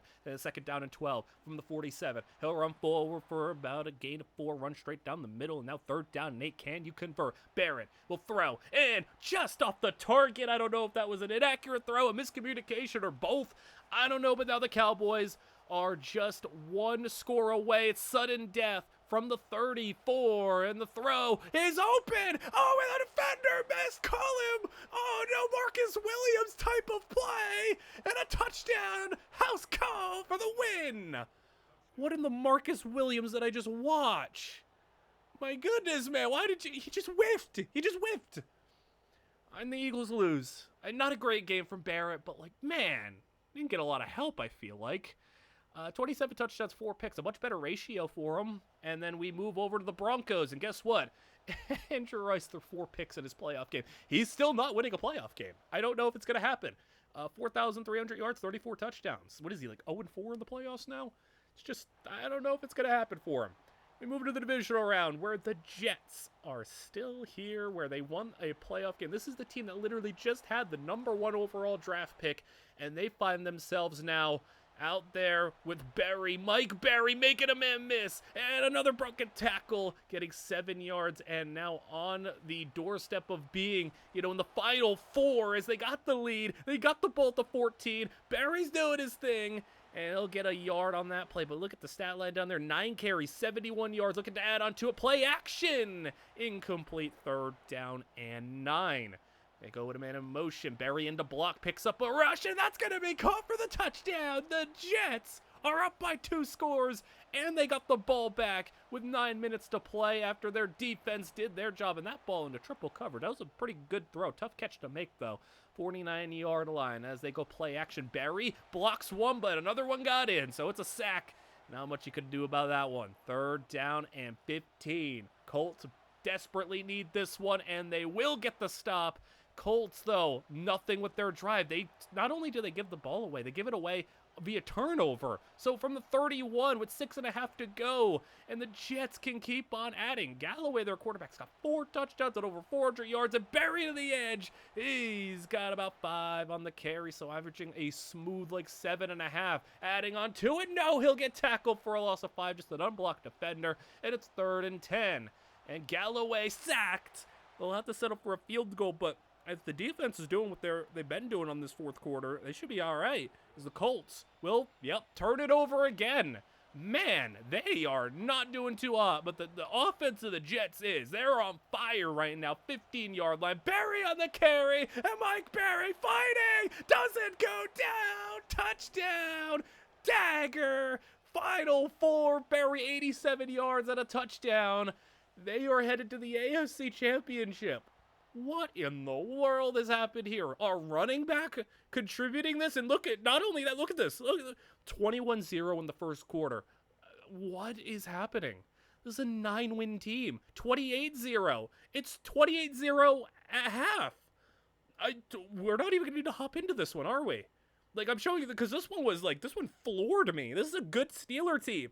28-3 in the 4th quarter. And I don't think there's any need to hop in. Steelers do eventually score a touchdown with 6 minutes to play, but the Jets do their thing. Berry had 3 touchdowns, and he just helped lead his team as a running back to the Super Bowl. Obviously, he's not the main reason, the #1, but he's a big part of it. And he's going to be into the Super Bowl as a rookie. Hey, man, it's hard to knock the pick after that, as we'll go first play of our spectating. Are you kidding me? Look at the Jets sweep to the receiver. I just watched the Cowboys receiver go for 66 yards, and with how close the Eagles were to beating the Cowboys, the fact that the Cowboys have made it all the way to the Super Bowl's got to sting even more. Cowboys are up 35-14, and not only that, you could see there's a quarterback named Berkson. Shaq Galloway got hurt, so he's not playing. That's also really depressing. Their backup quarterback has to start the Super Bowl, or maybe Galloway got hurt early in the game. Regardless, they have their backup in. Their backup's been in for a while, and it's 3rd down and 10, so they might lose, and it might be via backup quarterback, might be via the fact that you can't stop this Cowboys team right now because they got 35 points on the board and a sack on 4th down, and the Cowboys take over. They're already up by 21 with 7 minutes to play, and that'll be incomplete on 3rd down. They'll settle for a field goal, so it'll be 38-24. Gotta give them maybe like one more drive, but man, look at this, man. This is just under fire. 4th down and 9 again, and that ball is incomplete. And here's something you're not going to see very often. How about a wide receiver getting 2 rushing touchdowns in a Super Bowl? What the heck do you mean? They just ran like an end around from that close. Barry ends up with 82 yards and a touchdown and 5.8 a carry. Really good, but just not able to get it done in the Super Bowl. But still, like, that is phenomenal to go from number 1 pick, draft a running back with the number 1 overall pick, probably get criticized like crazy, and then you make the Super Bowl. I mean, that kind of validated things, did it not? He ends up with a 1,300-yard season. Weirdly, only 3 touchdowns, which is funny since he had more rushing touchdowns in the playoffs than he did in the regular season. But, you know, he had 1,300 yards on good efficiency. And we have retirements. Brody Ainsworth, after 10 years, retires. Well, and I said retirements plural, basically one. Earl Raymond hits free agency, and he will head to the Raiders, which is interesting. And Langham, I mean, this is essentially retired. Langham hasn't been in the NFL for like multiple years, but Ainsworth retired pretty early. I know he was, 20, he was probably 23, 22 when he came in, so he was in his early 30s. He was just an 1,000-yard receiver. He could have stayed another year or two. He was like a 90 overall, but guess not. And I was complaining about the lack of quarterbacks. Well, we have a quarterback here. The Seahawks select Donovan McCutcheon, 75 overall strong arm, hidden dev. There we go. We got a 3rd quarterback in the video. We have 2 number 1 overall picks after this. And then from then on, we'll just finish out the players' careers and be out of here. And we'll have a big segment at the end of the video to break things down. But we have Raymond at 32. Connor's 33 years old. It might be kind of wraps for them. Andrew Rice is 30. He got up to X Factor. Sure. I mean, I don't know what he did to earn it, but sure. Manu Garcia, kind of feel bad for the guy. The Titans are now kind of falling apart, and yeah, the big thing is Perez left the Titans. So Ainsworth retired, and then Perez left. Guess where Perez signed? The Cowboys. So I wanted to keep you updated on that. The Cowboys just won the Super Bowl and then got the best quarterback in the league, so I don't know how the heck that just happened. But Jalen Riles, hey, he's stuck on a team for more than 1 year, so good on him. He's still on the Ravens. And for Demetrius Madison, he is finally the primary back on his team, so we'll see if that nets him to be, you know, living up to the expectations of the guy drafted a year later. And Mike Berry, who's already a 93 overall and has kind of lived up to expectations, we kind of feel like, at least. You know, we'll see how his career pans out. Jets make it back to the playoffs. Ravens make it to the playoffs. Bears go 1-16. Oh my goodness. Eric Connor, though, 10 sacks, his 7th Pro Bowl, misses the playoffs for another year consecutively. Earl Raymond's having like this weird late career like thing. His last 5 years, he's been a 1,000-yard receiver 4 times. Andrew Rice misses the playoffs. I don't know. Again, I don't know why he was X Factor, but cool, good on him. Manu Garcia makes his 5th Pro Bowl, so he's up there. You know, we've had a couple guys now with 5 Pro Bowls, 3 to be more specific. Brandon Brown's still starting, but I mean, he started on a 1-16 team. If he's your best lineman or one of your best linemen, that's probably an issue. Brett Boston, feel bad for the guy, now 6 years deep and hasn't made the playoffs yet. And Donovan McCutcheon got to start 1 game as a rookie, it looks like, and he was fine. Demetrius Madison, I need to know why the game does this. This is an issue that I've ran into a couple of times. Madison had a long-term injury. He was injury-prone running back. He had like 65 injury, but he got an injury in like the 3rd game or 2nd game of the season, and they put him on IR, but he was able to go for the playoffs, but they ran out of IR slots to like take people off. But it's like, why did you put him on IR to begin with if he didn't need to be? He wasn't out for the whole season. I don't know. The logistics on how the CPU manages injuries is pretty poor, because they put too many people on IR. They put more than they can take off, and you don't need to put everybody on IR. So, like, I don't know. Eagles, though, are in the playoffs, and Grant Barrett, I think, has steadily gotten, you know, his 3rd playoff appearance a little bit better. Like, you know, the first playoff game was a disaster. The second one, not great. Didn't turn the ball over much. Low completion percentage, but was ultimately, like, you know, whatever. Could have won. And now in this playoff game, pretty dang good. as Barrett now looking for that first playoff victory, and the pass is caught down the field. They're up 27-14, and Barrett has got over 400 yards on the game, and looking to add on to it, catch and run to the 12-yard line. 3 touchdowns as well, and the bubble screen, touchdown Eagles. How about 450 yards and 4 touchdowns and a victory? Also completing 72% of his passes. What a game for Grant Barrett in his first playoff win to get our first... Dude, we're like almost 2 hours into this video, and we have our first quarterback winning a playoff game.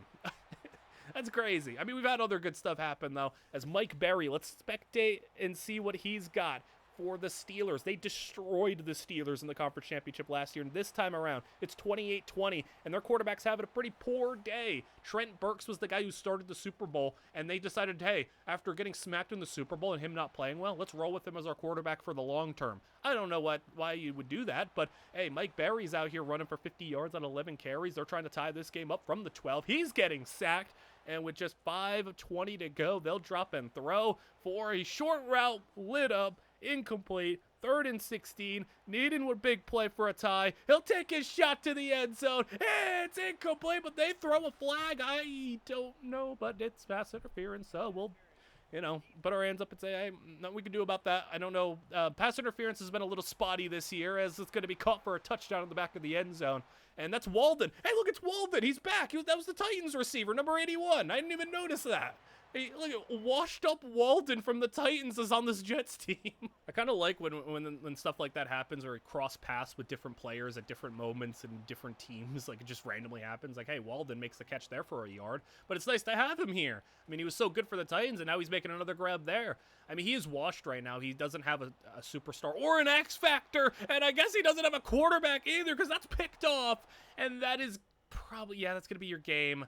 And he threw too many interceptions. Barry had 2 touchdowns, though. Good on him, and the Jets get bounced. So I think they need a quarterback, pretty clearly. Mike Berry, pretty similar production. Slightly less yards per carry. Doubled up on the touchdowns. Cut the fumbles down by 2. A good season. Not a Pro Bowl season, but, if your running back runs for 1,300 yards, or 1,200, we'll say, in his first 2 seasons, pretty good. And I have to imagine he's only going to get better.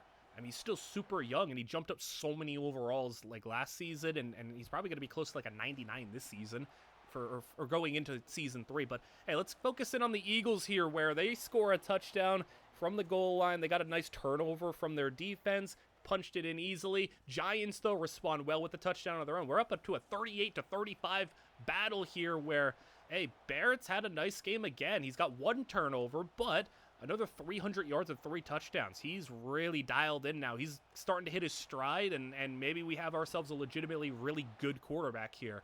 So I wanted to see some good quarterback play in this video. We haven't gotten it from Andrew Rice. Maybe we'll get it from McCutcheon too, and maybe one of the final 2 players that we still have yet to be unveiled into the league will be a part of it. But my goodness, who is that running back? The backup just went beast mode on him, and a touchdown. Giants, though, score again. Dude, 45-42. Is defense optional in some of these playoff games? Come on, guys. Let's get this first down. There you go. Big run. And the sealer, maybe, because you got 1 more to get. And that pass caught. There's the first down, and the Eagles are moving on. Despite their defense allowing 42 points, Barrett goes for 350 and 3 touchdowns. Great game from him. And he's had a heck of his first 2 playoff games in this year. Now, can he go to the Super Bowl? Let's see if we can get a Super Bowl appearance here from Barrett, who's down 27-17. It's been a little bit more of a step back, but the Cardinals, if you remember the Cardinals when they were playing the Titans, hey, their defense is still good. I don't know what the Cardinals have done, but they've had 5 years of a top 5 defense. I don't know what's going on here. I don't know why they're so good. They go and get a stop, score a field goal. 30-17 is your score, and they took a lot of time as well. There's only 4 minutes to play. Need some big plays, and that'll help us out a little bit. 23 yards, and now a run. And look, that was actually pretty sick. A nice little start and stop. That was really good. That's about as impressive of a 10-yard run as you'll see a computer running back getting an open hole. He just did a nice little start-stop, nice patience there. I don't know. I was really impressed with that one. And now from the 12-yard line, they'll go. And can they find the end zone here? Pump fake from Barrett. Extra man on their blitz, and he's sacked. 3rd and 16. Screen. I don't love that. 4th and 11. Come on, Barrett, to keep your hopes alive. He'll get rid of him, and he's hit, and he didn't do a good job navigating the pocket there. 331 yards and a touchdown, but it's not going to be enough to make it to the Super Bowl. I do have to say, though, Barrett, very encouraging sign. Made his first Pro Bowl and had his first playoff victory. Was really good. Like, he's a legit player for us now. Cardinals win the Super Bowl, so good on them. And Earl Raymond ends up retiring after 12 years, so we are second retirement, and Eric Connor, 13 years. So we have 3 players now retired. Brett Boston hits the open market, and he's finally out of Washington. He goes to Carolina. Don't know if that's much better. Brandon Brown hits the open market, and the Raiders signed him. Hey, somebody wanted him. But he's actually regressed already. He's a 77 overall. And how about our 14th number 1 overall pick? Trust me, like I said, this is a long video, man. We're still having picks come in. And we have another quarterback, our 4th quarterback, and now our 2nd in a row. It's Eric Sloan, 80 overall. This is the best quarterback, too. How about 80 overall with 96 throw power? Tremaine Langham, like I said, I consider this dude retired. He's been out of the league still. He's still just sitting in free agency, but no one's signing him. Andrew Rice still wants to be traded, still as an X factor for some reason, and is still just sitting around. Manu Garcia, 92 overall as well, still at 30 years old. Brandon Brown is, I think, a backup right now, but yeah, sure, he's now turned into kind of like a whatever backup, maybe potential journeyman tackle. Brett Boston, 29 years old, nose tackle. Maybe the Panthers can start to succeed a little bit. Grant Barrett, 91 overall, 28 years old. Maybe this is the start of the run for him. Jalen Riles, I think he at least found a home a little bit in Baltimore, but let's see if the other Baltimore guy, Demetrius Madison, who's dealt with injury issues and a lack of opportunity, let's see if he can finally do something here. He got injured last season. Mike Berry's a 95 overall. Let's see if he could go crazy now. I want to see him start to actually have like a crazy start to his like prime, because a running back prime is earlier.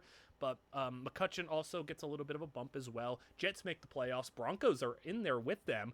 And the Chargers end up with the number 1 overall pick. So our 15th number 1 overall pick will be headed to the Chargers. Manu Garcia, poor guy, is rotting away and makes a 6th Pro Bowl, but can't really do anything success-wise as a team because he's just a tackle. Brandon Brown, not going to start. Brett Boston, he went from one bad team to another bad team. It's just so unfortunate for the guy. Donovan McCutcheon, though, gets to start in Seattle. 25 touchdowns, 10 picks, 4,000 yards. Not so bad. Eric Sloan was a day 1 starter for the Bears. Didn't make the playoffs, but 21 touchdowns, 5 picks, just under 4,000 yards. And is the first quarterback to actually have a little bit of rushing production. If I haven't been showing you a quarterback's rushing production or like a running back's receiving production, it's because they just don't have any to really talk about. They just don't have anything. Or like not anything like notable. It's like maybe 150 rushing yards for a quarterback, or the running back will have like 200 receiving yards. It's nothing worth showing, really. So the Ravens are in the playoffs here, and right now Madison is kind of in a committee. Madison, number 37. Here he goes on the carry. That'll be a first down. We're at 6 minutes to play in this 4th quarter. Colts have kind of dominated the possession here. It's a tie game, though, so the Ravens very much have their chance. And see if we can finally get something on the board for Baltimore. And Madison with the ball. Not going to get anything out of it. They punt it away, and the Colts score a touchdown. So, can the Colts get a stop on defense? Will Madison maybe make a big play here? I don't know. It might be, I don't want to say too late for him, but like he's a running back, so he's really against the clock. And the fact that his first 3 years netted his team basically like nothing of significant value, the running back with 3 wasted years has got to be... I don't know how many good years he can really give you at this point. But the Ravens get all the way down to the 1-yard line. And, hey, Madison gets flipped and loses yards. And then Madison on the screen. He'll find the end zone this time, though. Oh, my goodness, though. That handoff, he got flipped. And now 35-35 is your score. The Colts, 30 seconds to play. Deep ball, and the Colts do it. Oh, man, that's not the first time that's happened in this video. It's like this, the second time something exactly like that has happened. You score a touchdown, little time to go, and then the other team just hits one big play, kicks a field goal, and wins. Madison ends up at 68 yards on a touchdown, and after finally getting a starting opportunity and staying healthy, Demetrius Madison ends up with a better season. 3 sacks for Riles, 2 off the bench, but he ends up with 872 yards and 7 touchdowns. Still, though, that's not providing number 1 overall pick value. Like, he's just... I don't know if he can really avoid being a bust. Also, I don't know what the heck happened here. The Eagles just lost 42-3, and everything good about Barrett just came undone. He threw 4 picks in the playoff game, which was more than he threw all regular season. That was like a Justin Herbert performance. What the heck was that, where he goes and throws 3 picks all regular season and then outdoes it in the playoffs? But on the topic of bad QB play in the playoffs, Andrew Rice, who has still yet to win a playoff game in his career, taking on the New York Jets. Our score right now, 35-27, and this is one of those rare games you get to see both sides of the football because we have 2 people, 1 on each offense. The Jets also got themselves a new quarterback, which is good. So they have a guy who actually is capable of throwing the football. I'm pretty sure, I don't think Walden's here anymore. He must have retired by now or something. I don't know, but that's a big catch, and he took a shot there and hung on, so good on him for that. They go handoff to their receiver, and they'll go for 4 yards. 3rd down and 6. The Jets are winning right now, and we'll see if they can pad under their lead. Insta-rush and unblocked defender. He gets his 3rd sack of the game, and Denver now has the ball. As Berry, throw outside, it's incomplete, and come on, Berry. I don't know if I'm rooting for you. It'd be kind of funny if you're a number 1 overall pick, and you get, now was this your 5th opportunity in the playoffs, and you just never do it. You just are like, this era's whoever, you know. Again, we'll get into those comparisons later on. There's a flag down. They're actually going to get roughing the passer. Hey, okay, that's going to help him out. 15 yards at the 38 they go. And Rice lets it fly. It's picked off. Oh, man. And Rice is going to once again have to go to the sidelines and maybe hope his defense can help him some more, as they got a completion there. I mean, they have allowed 35 points, to be fair, as Berry to the edge, got a big run, he ran through a man, and Berry, not a lot of carries, he needs more, like that, give him the ball and let him go to work. 14 more yards, as Berry on the sweep, breaks a tackle, but he ends up losing yards because he stumbled backwards so far. 2nd and 19, that pass is broken up. 3rd down and 19 now. And they'll go quick throw. That's all they needed, though, because that's going to get them to a field goal, make it a little bit easier, make it a 2-score game. And, well, Barry, can you at least do something here?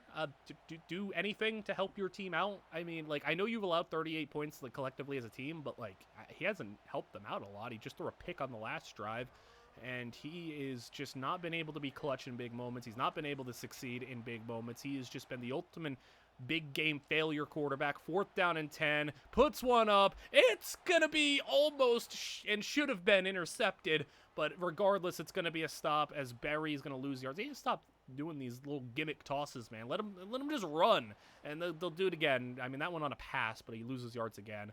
3rd down and 20, and that'll be caught. They'll get enough for a 63-yard field goal. Sure, he misses. Hey, Barry, I mean, you only have 1 timeout. I don't know, man. Let's see if Barry can give us something here. Who knows? This might be his last chance in the playoffs. And if that's how he's going out, it's going to be with an interception again. Yeah, this dude can't do it, man. He threw 3 interceptions in the playoffs, completed just 55% of his passes. He's just not a playoff quarterback, man. He's just not that guy. He made a Pro Bowl for the 2nd time, but, you know, I don't know if that really moves anybody. I don't know if that does anything for anybody. Let's go to the snow. Jets versus Colts. So the Colts just knocked out one of the number 1 overall pick running backs in Madison. Can they knock out the other one? Well, they're down 28-12, and Berry on a 4th down carry gets the 1st down. They're all the way at the 4-yard line. Jump ahead to the 1, where Berry will punch it into the end zone for a touchdown. So looks like the Jets are rolling here. 35-18 as we move ahead, and Berry with the carry, just showing you, you know, if it's going to be a game where it's 3 scores, I at least want to show you our star back that we want to see more of, and let's see what he can do. He's getting another 1st down, now another run, and we'll get 4 more. They're running the clock pretty effectively, though. Handoff through the middle again, just being a workhorse for this team. 19 carries. How about going again? 20 carries, 4th and inches. They'll settle for a field goal, and this will basically be your game. Kick is good, and the Jets end up winning 41-18. Barry doesn't have a high yards per carry, but he gets 3 touchdowns and really helped grind things out in the snow. One of those games where it's like, yeah, he didn't have like crazy efficiency, but like you're in the snow, it's going to be tougher. You're still in the snow here because next week you're at home again and it's snowing again. It's been snowing for a week straight, you're telling me?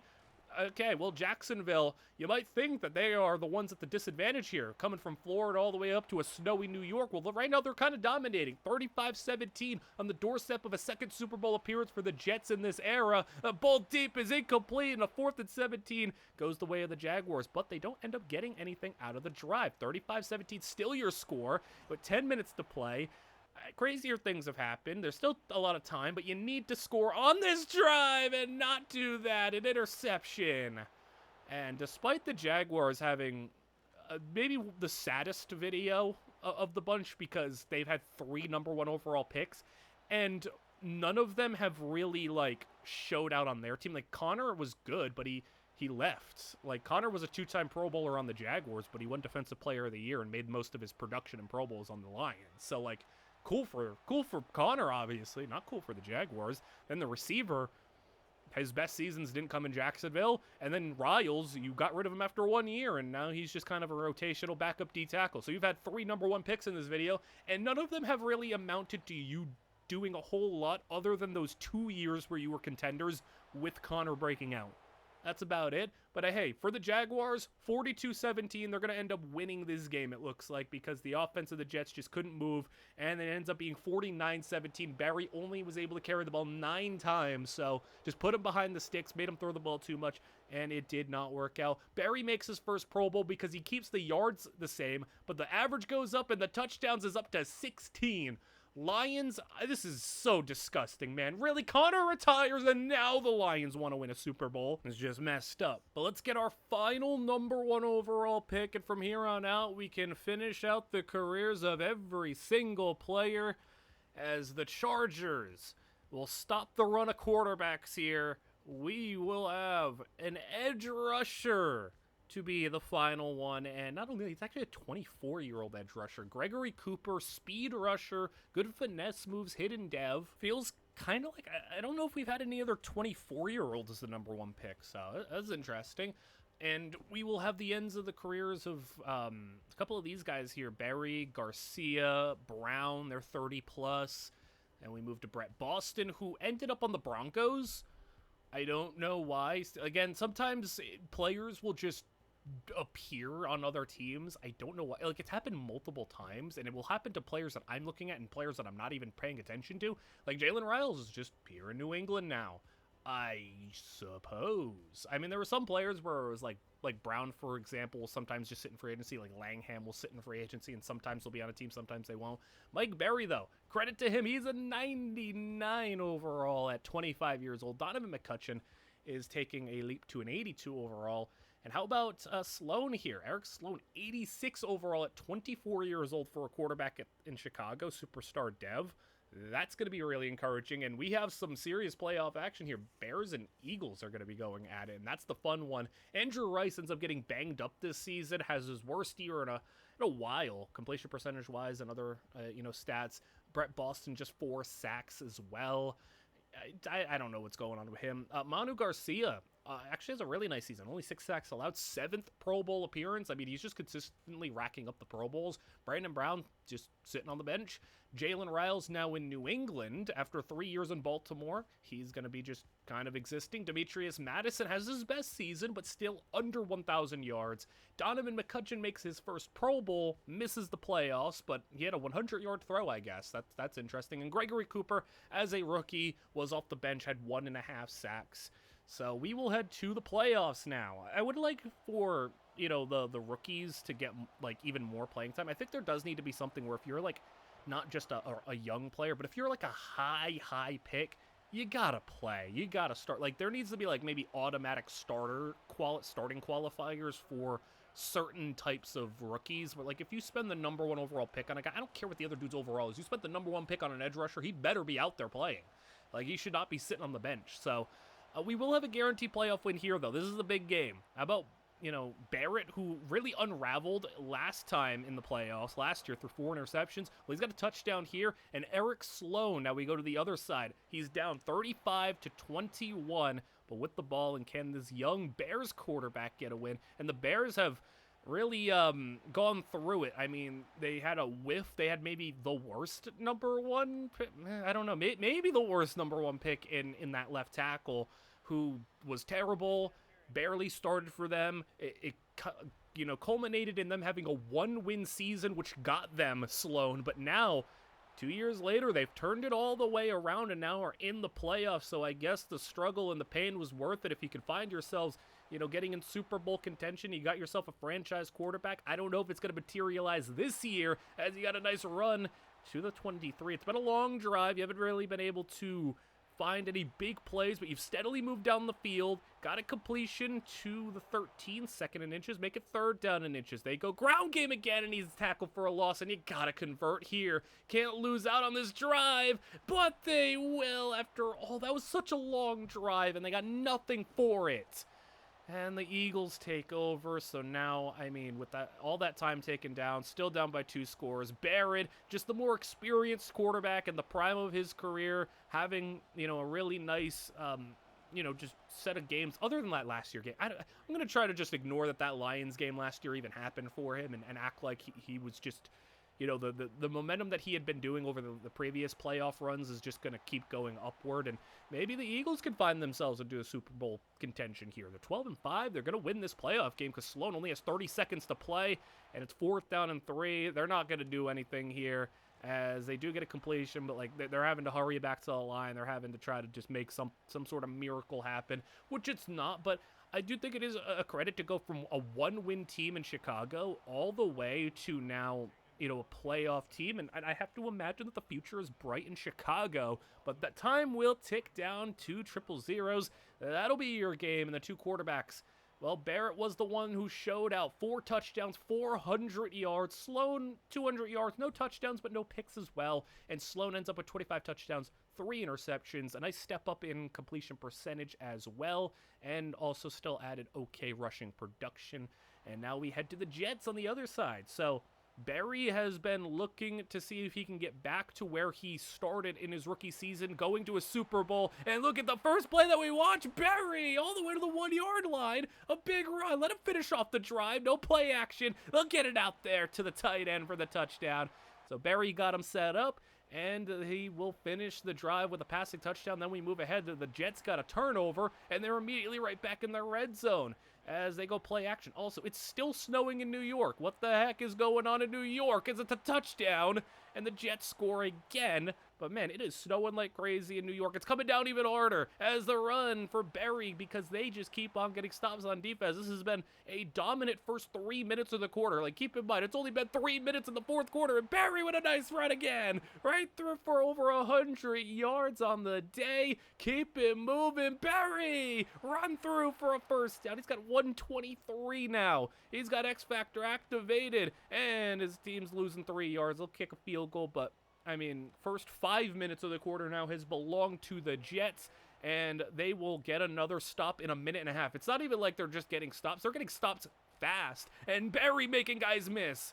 And Mike Barry, 139 now. They end up getting a field goal on their drive, running a couple minutes off the clock, and that will be your game. That was a dominant 4th quarter. Barry runs for 139 as a whole, 7.7 a carry. Incredible game from him. And then let's flip back over to the Eagles, who, okay, Barrett had a really good game, but the Falcons dropped 50 on him.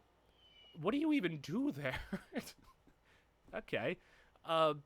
Nice defense, Philly. I don't know what you're doing over there. Let's go back to the Jets. They're not making me as annoyed. As of right now, though, they're down 24-10, so the Jets having a little bit of struggle, but they are in the red zone, so they can easily cut this down to a 1-score game. Also, that quarterback is very familiar. Okay, that quarterback I feel like I seen 10 years ago. Was he not the same quarterback that the 49ers had as Brock Purdy's backup? What is happening? He throws a touchdown. He's a star dev. He threw a touchdown to Barry. I'm pretty sure that was one of the backup quarterback. That was the quarterback in the last season for Ainsworth in San Francisco. Year 5 of Ainsworth in San Francisco, I'm pretty sure that was his quarterback. We're here, dude, it's a decade later. What? Not quite a decade, but I think maybe 7-8 years, maybe 8, 9 years later. I don't know.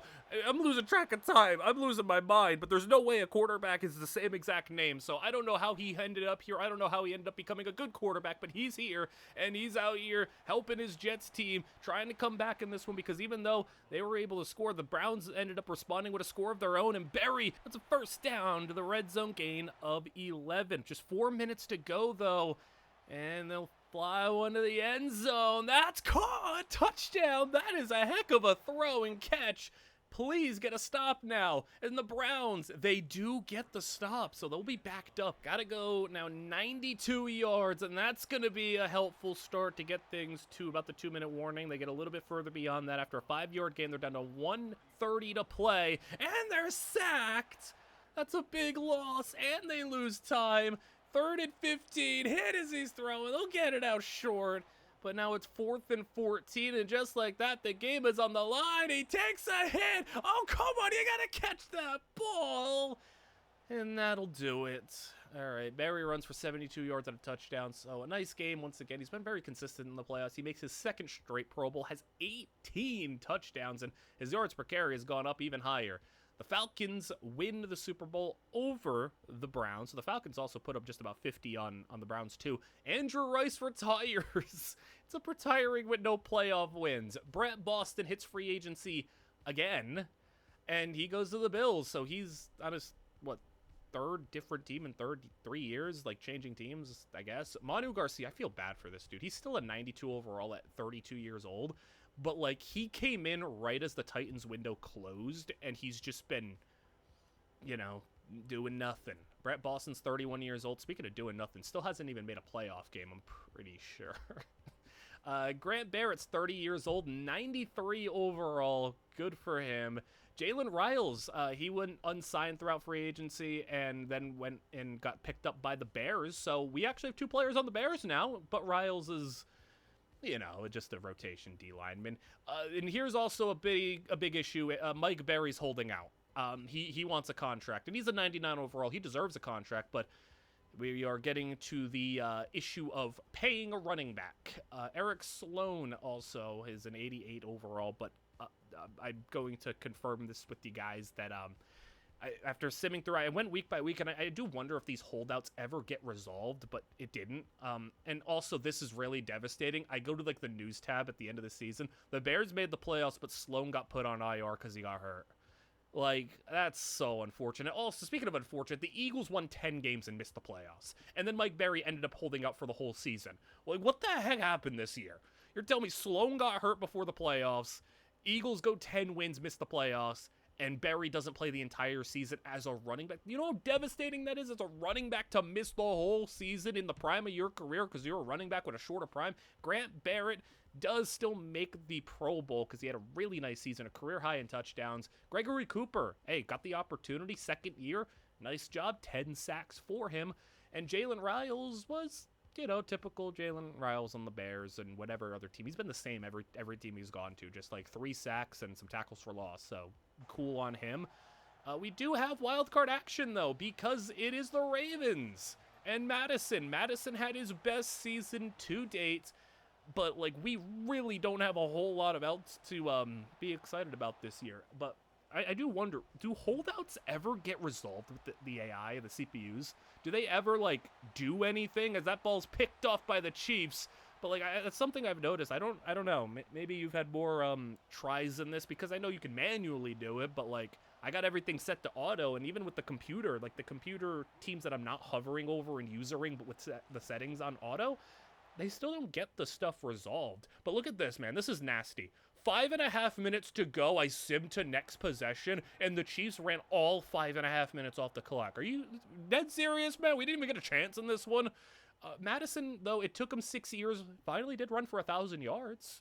Good for him. It took him 6 years.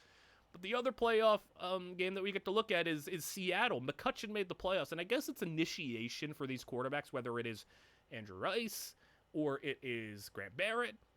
Now McCutcheon has to deal with the playoff initiation for quarterbacks making their first playoff game to just get absolutely embarrassed.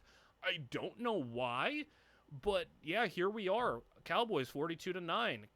Going to the 4th quarter, it's 42-16. Don't anticipate a comeback coming, but 45-16. Is it going to be 52-16? 55-16? And McCutcheon throws 3 interceptions. And you can see Cowboys quarterback is still Demon Enrique Perez running the league, and not only is he running the league, he's going to come out here and win a Super Bowl. Donovan McCutcheon has a fine season, but yeah, you can see the Cowboys won the Super Bowl. And we head to free agency, a big one, because Mike Berry hits the open market because the Jets didn't want to pay him, and Mike Berry, he's going to go to the Chargers to join their edge rusher. It's funny how, like, you can see I'm simming the free agency, and they actually just sign with some interesting teams, like teams that we actually care about. Brandon Brown, I think, is at the point where he's finally run out of jobs. He's sitting in free agency. And also, I made a mistake here. Brett Boston, I think, retired, and I just didn't see it in the transactions because he's not on the Bills roster. He's not in free agency. He's not here. My mistake for thinking a guy who only played 9 years was going to play a 10th year. I was checking, you know, like year after year, but I just didn't think to check Boston. I should have. He was 32 years old, and in this game, you know, if you touch 30 years old, you might fall over and retire because people retire so early in this game, but that's my bad. But Boston retired. He did the most nothing career ever. He didn't make a playoff game. So that's on me, but he did retire. He was 32 years old. He played 9 years. And again, we'll have his stuff at the end as well. I do have all like the stats and everything, but it's not like there was any playoff stats to gather from the guy. He didn't ever make the playoffs. So, all right, well, that's another one down the drain. And Mike Berry, I think it's really fun that we now have an offensive and defensive player. Not the first time we've had it this video, but I like seeing these #1 overall picks team up. Donovan McCutcheon, superstar dev, 87 overall, and Eric Sloan is a 90 overall. Let's see one of these guys get something. Sloan, stay healthy. 10 wins for the Eagles should be enough to make the playoffs. McCutcheon, not get embarrassed in your second playoff game if you have a second one. Well, look at that. All of them made it. All of them in the NFC made it, and the Chargers in the AFC made it. So Manu Garcia is starting to kind of just waste away. Poor guy. Demetrius Madison takes a step back. He only gets 164 carries. This isn't bad, but he's just a whatever player. Like, that's just not a #1 overall pick. The Eagles, though, they won 10 games last year, missed the playoffs. Won 9 games this year, made the playoffs. And let's see if Barrett has something in him. He's still, you know, got some years left, maybe like a year or two before regression really starts to kick in since he's over 30. But I think there's still an opportunity for the Eagles, and it's not like they haven't been close. They had a close battle against the Cowboys, and the Cowboys ended up winning the Super Bowl a couple of years ago off the back of beating the Eagles in the playoffs in overtime as well. And they've had their opportunities in other instances. 10 wins was an opportunity kind of taken from them last year. Who knows what they would have done if they made it last year. I think they've kind of like been this tier 2 contending team that just haven't had their year yet. Maybe this can be their year. They're right now winning against San Francisco, and the reason I'm kind of just talking through it is because they're just out here milking the clock and not really giving San Francisco any opportunities, and they get another first down, and, well, with one more, it's going to be game over. I can't believe they've just milked this entire clock out. They go run again, and he'll be down 4th down, but by that point, look at that. You took out all the way down to under 40 seconds and go up by 2 scores. Hey, good job from the Eagles offense. Barrett, not a crazy game with the turnovers, but 78 completion percentage, 300 yards and a touchdown. If it wasn't for just throwing 2 picks on his 8 incompletions, I mean, it's a pretty great game overall. But if you thought, like, Seattle getting smacked last year was going to play into things here, maybe McCutcheon's just going to be a bad playoff performing quarterback. Look at this, man. This is insane. 31-3 at half.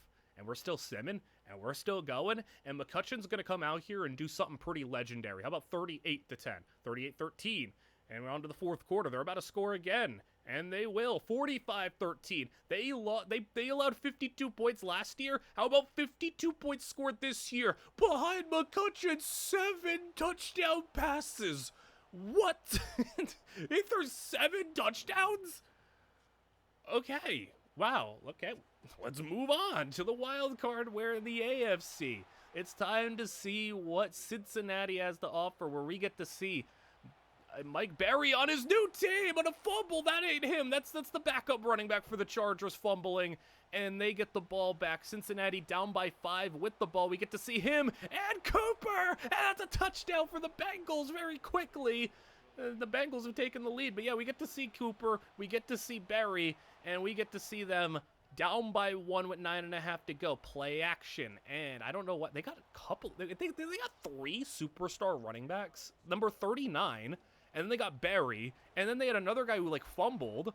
They got so many running backs. Why did you even need Barry? I don't know, but okay. Well, they don't get anything out of their possession. They go back to the Bengals, and Cincinnati to throw.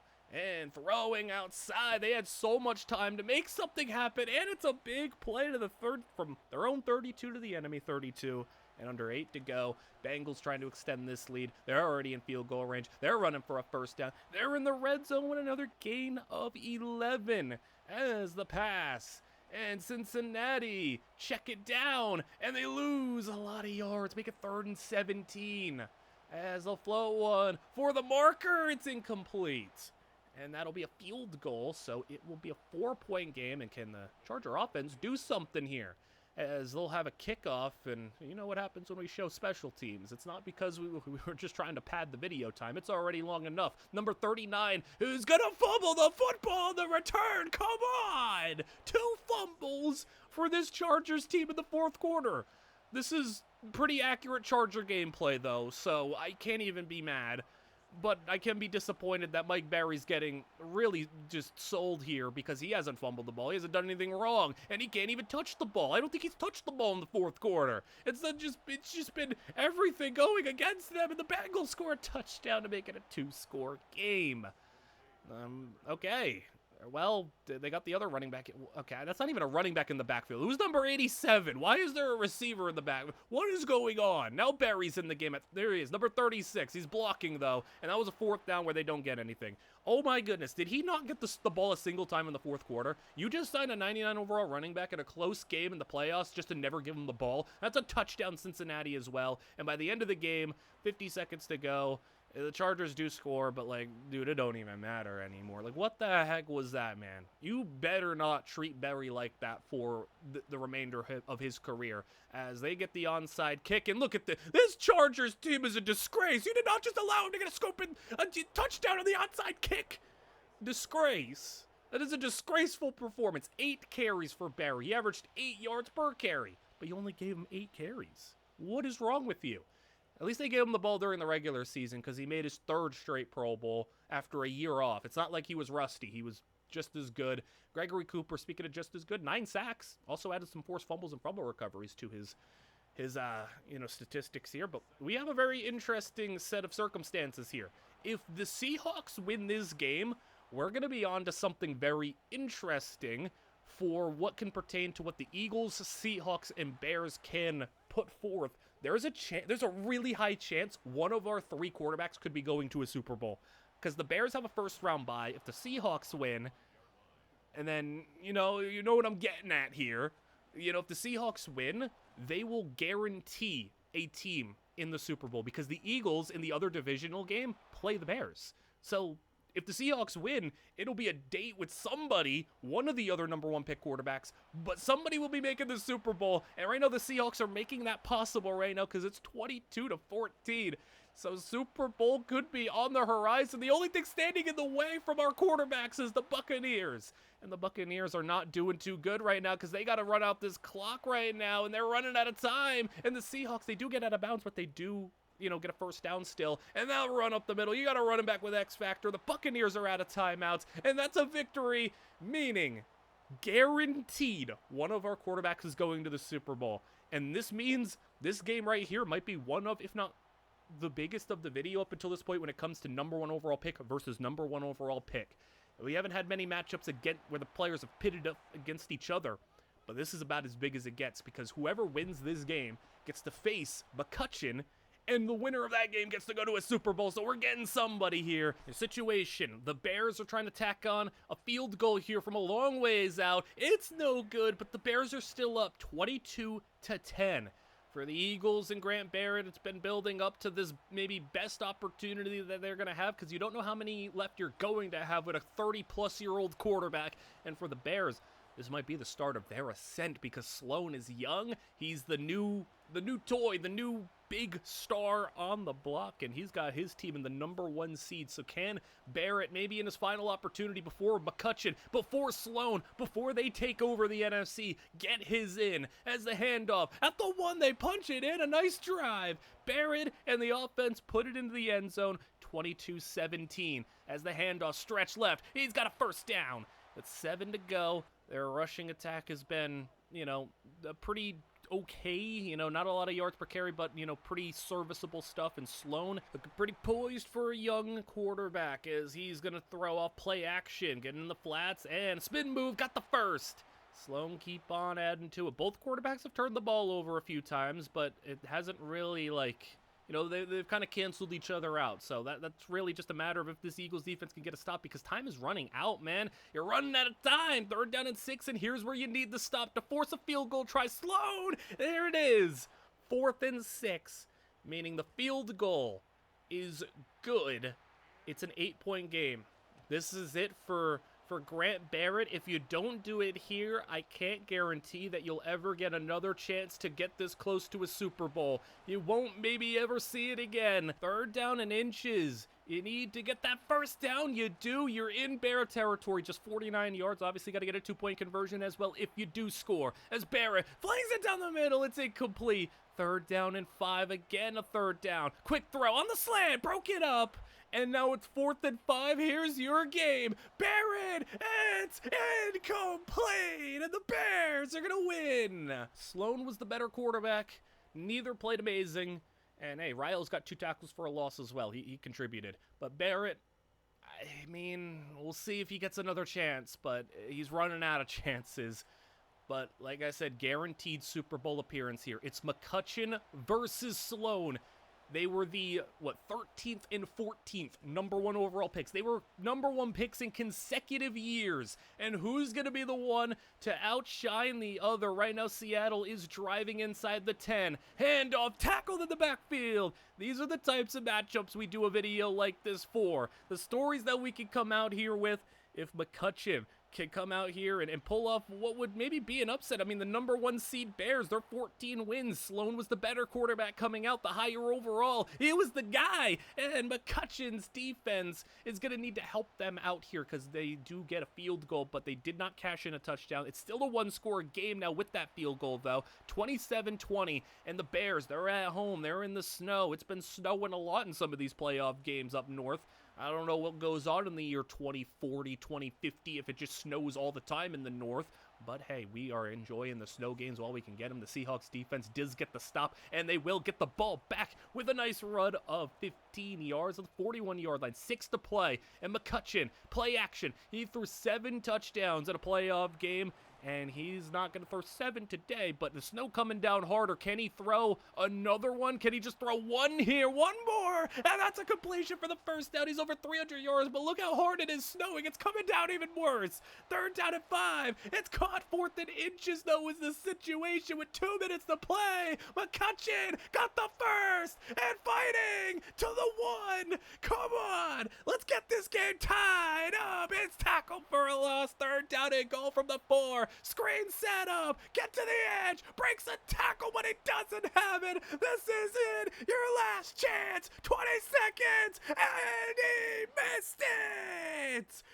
And the Bears, if it wasn't bad enough for the Seahawks, look at this. You don't need to pad up the score. You don't need to run it up. But the Bears are going to run themselves all the way to the Super Bowl. 96-yard touchdown at the buzzer to give them a 2-score lead. They didn't need to do that, but they did.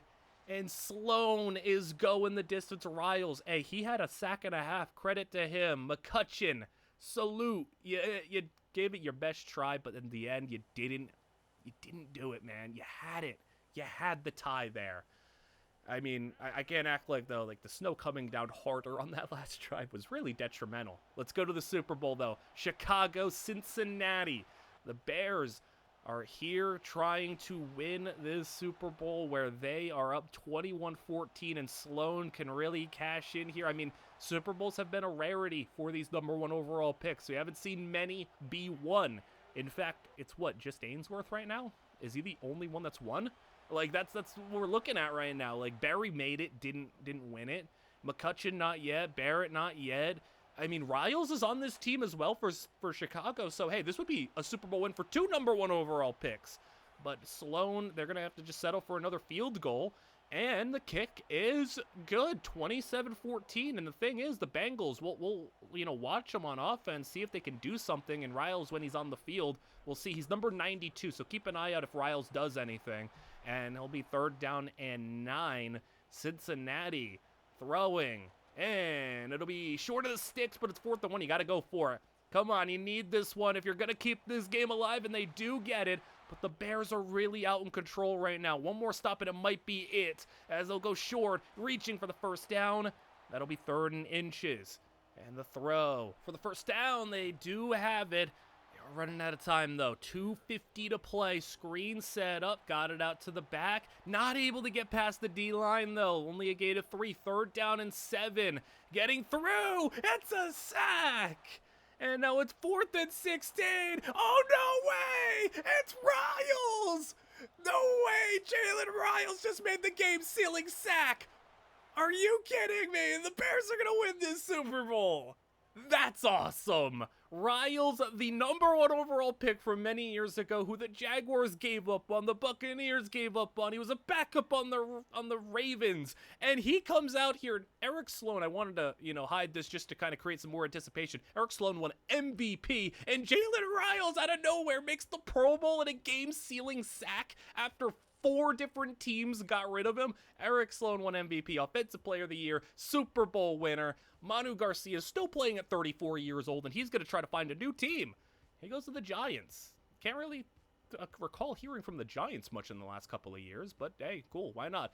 And at defensive tackle, Riles was a free agent. They didn't bring him back because 85 D tackles with normal dev at 30 years old are pretty replaceable. Brandon Brown, still in free agency. He's basically retired at this point. He's 33 years old. He's just going to end up disappearing like Langham did, because that's the weird thing. Free agents don't really retire in this game. They just kind of disappear. Grant Barrett, too, this is nasty. He's holding out.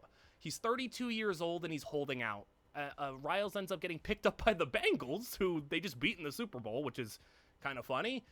Demetrius Madison's a 29-year-old running back, so he's probably just going to fall off the cliff this year and maybe just retire. I don't know. He's a 29-year-old running back. You know how that works. But Barry's regressing. He's 98, still great. But, yeah, we are now with, I guess, Riles counts as a Super Bowl winner. Like, he was a starting contributing player in the Super Bowl team. He wasn't like a backup, so it's a legit ring for him. But yeah, we get into the next season, and Bears, Seahawks back in the playoffs on the NFC side, and the Eagles, no.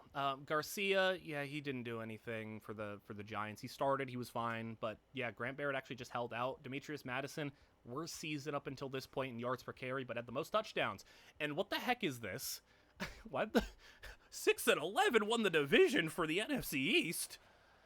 And the 6-11 Washington team who won the division is winning in the playoffs? What is going on? This is another just ridiculous. What is going on, man? The Super Bowl champions behind their MVP quarterback right now are losing to a 6-win team in the playoffs.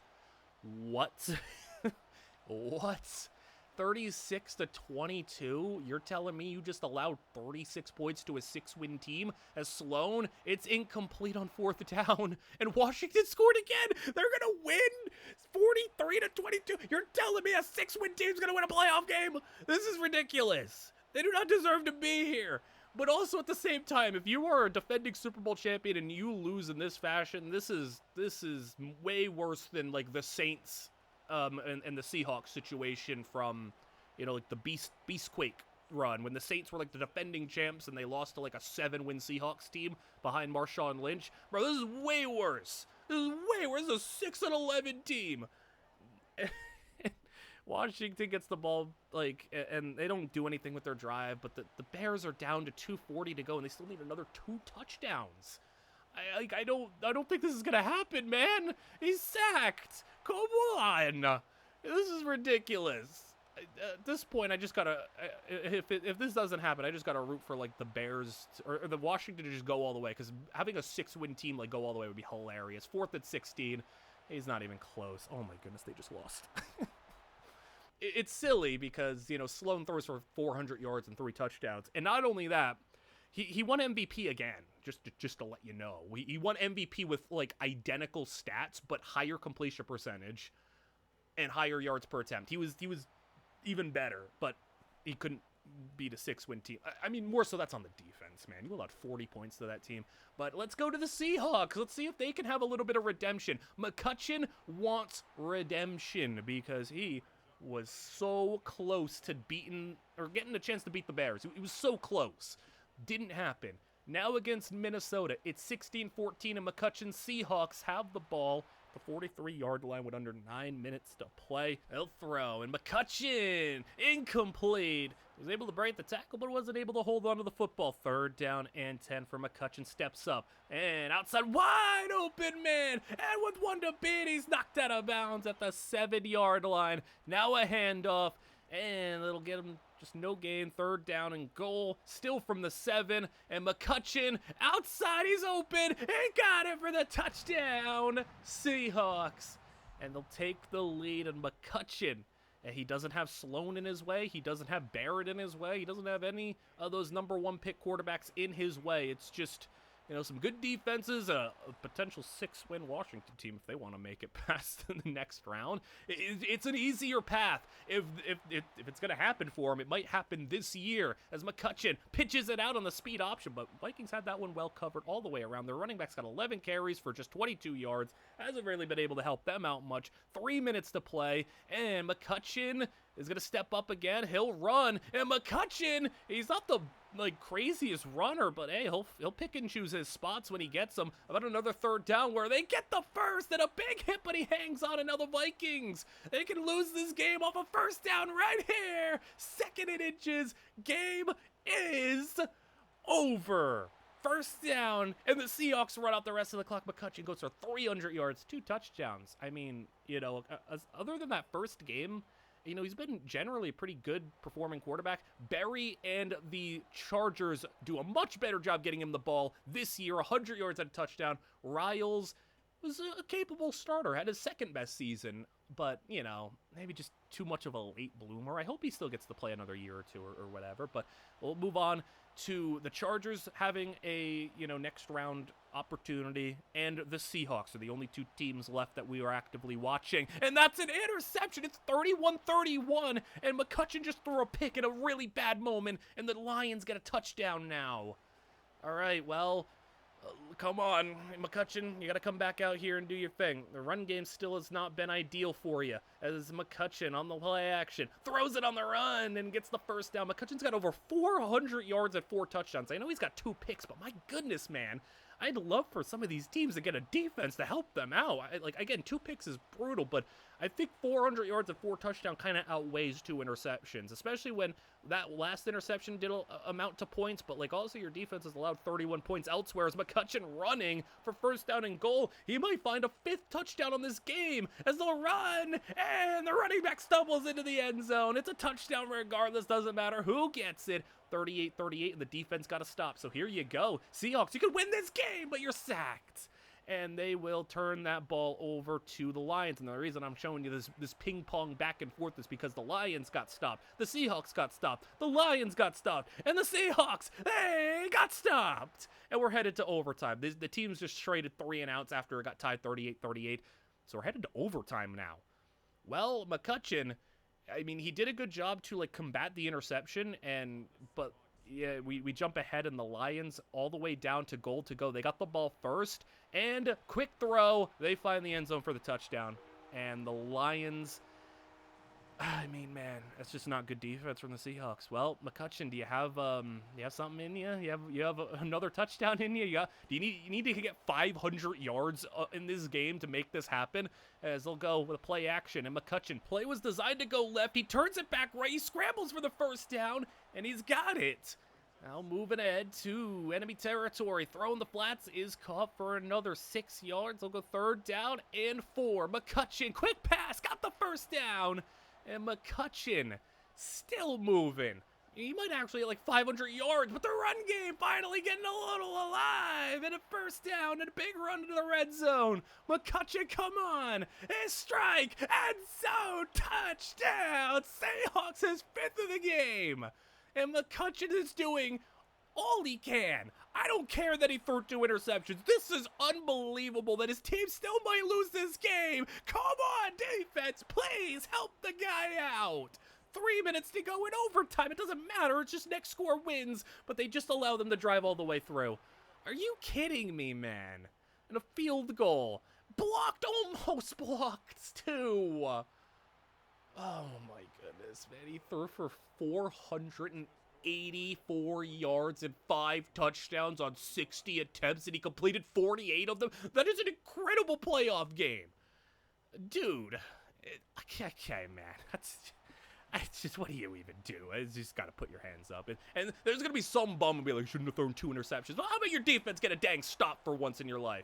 As the Chargers, now we move over to them. They're going to fumble to start things off. So that's a great way to kick off the 4th quarter as the Chargers are going to have a completion there. They got set up basically right around the red zone area. Now play action and the throw. The time. But nobody got open and he's sacked. And it's 4th and 14, so this will be a game-tying field goal. As, hey, welcome back to the playoffs, Titans. They finally recovered after probably, like, just breaking everything down. Got rid of Garcia, and after Perez left, and all the receivers are gone, and Carnell Tate retired. They finally were able to probably, like, get all their money back and rebuild from the ground up with good draft picks. So, I guess good on them. Really unfortunate. I kind of feel bad for Manu Garcia, though. He's just always at the wrong place at the wrong time with these teams. But, hey, cool for the Titans, though, to come back out here. It's 4th down and 2. They're actually going to go for it, and they don't get it. And that is awesome for the defense to come out there with a great play. Remember, we're looking at Cooper on the defensive side, the edge rusher, and now Barry into block here. 3rd down and 6. They'll float that one for an incomplete pass. And we'll go with another possession here. Cooper chasing. You know, he made the play on 4th down. He's number 73 out there, so we're trying to see what other plays he can make. As on 2nd down, nice hit. Get him down for 3. 3rd down and 7 with under 6 minutes to play. Pass is going to be knocked away, and it'll be 4th down. They punt it. Now Barry in motion here. They motion him out. And they'll go with the pass down the field. And look who it is. It's Barry. Not much of a receiver. There's a reason we don't show his receiving stats. He does not catch the ball very often. But hey, nice job there. And the completion to the 30-yard line now. 2nd down and 10. As Barry into block. Nice job picking up the rush. And gives the quarterback time to make a play. 3rd down and inches. Here's where you should be maybe giving it to Barry. Yes, they do. Got the 1st down. Runs through a defender.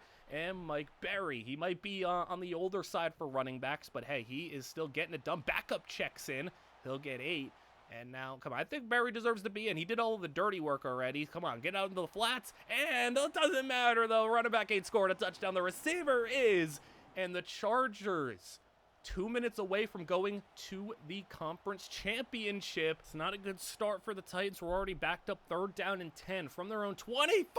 And Cooper and company get the sack. He wasn't the first one to get in there, but he finished him off. 4th down, incomplete. That'll be game, it looks like, because the Chargers are going to get the 1st down here, and they move on. Cooper had half a sack, but it was a big half a sack. And Barry, not a crazy game from him, but hey, did his job. And well, in the conference championship, the Chargers dominated. And Barry had a nice game, 70 yards and a touchdown. So they're on to the Super Bowl. It's taken Barry a long time to get back here. He made it as a rookie for the Jets. And after all these years, he sat out a year and then signed with the Chargers. But hey, we'll take a look at what the Super Bowl has to offer. A 14-2 first quarter start. And if I'm showing you the sim, you can probably imagine something's going down here. 24-9 your score. And I mean, I love to have Super Bowls that are close games, but man, 31-9 is your score. And the Bucs still can't do anything. We head to the 4th quarter. It's 38-9. And I'll show you what I can, which is this. Barry on a toss play early in the 4th quarter. Stiff bars the defender. Puts the ball in the end zone. But that's all I need to really show you because the Chargers dominate the Super Bowl. Cooper doesn't do much. got a tackle for loss. Berry, 87 yards and 2 touchdowns. But Mike Berry, he got his Super Bowl, which, hey, I'm happy for him. He's been one of the best players of the video, so he was well worth getting a Super Bowl ring for. And Cooper ends up at 7 sacks. Berry makes the Pro Bowl once again, 4 in a row, and a 1,600-yard, 19-touchdown season, so his best season to date. And Eric Sloan, like we said earlier, won MVP for the 2nd straight year. And Jalen Riles, really disappointing that he broke out late, but then he retires after 9 years. And Demetrius Madison, he retired at 29. Oh, boy. Graham Barrett, also, this is nasty. This is probably one of the nastiest moments of the video. He held out, went to free agency, got a deal with the Eagles, only for the Eagles to also sign the next best quarterback. So, he held out for a year, did end up getting a deal with the Eagles, only for the Eagles to, I guess, like, backdoor him, and the game, the logic, and the stupid stuff sometimes. I don't know, but, yeah, poor Barrett, I guess. He's just going to have to be a quality starting quarterback, but sit the bench. Sure.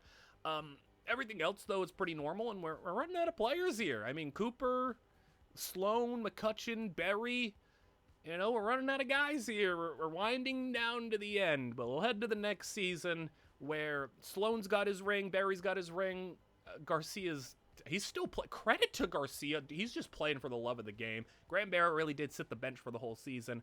And the only guy who, you know, still needs a ring, I guess, Eric Sloan, didn't make the playoffs, but he made another Pro Bowl. Didn't win MVP this year, but hey, McCutcheon.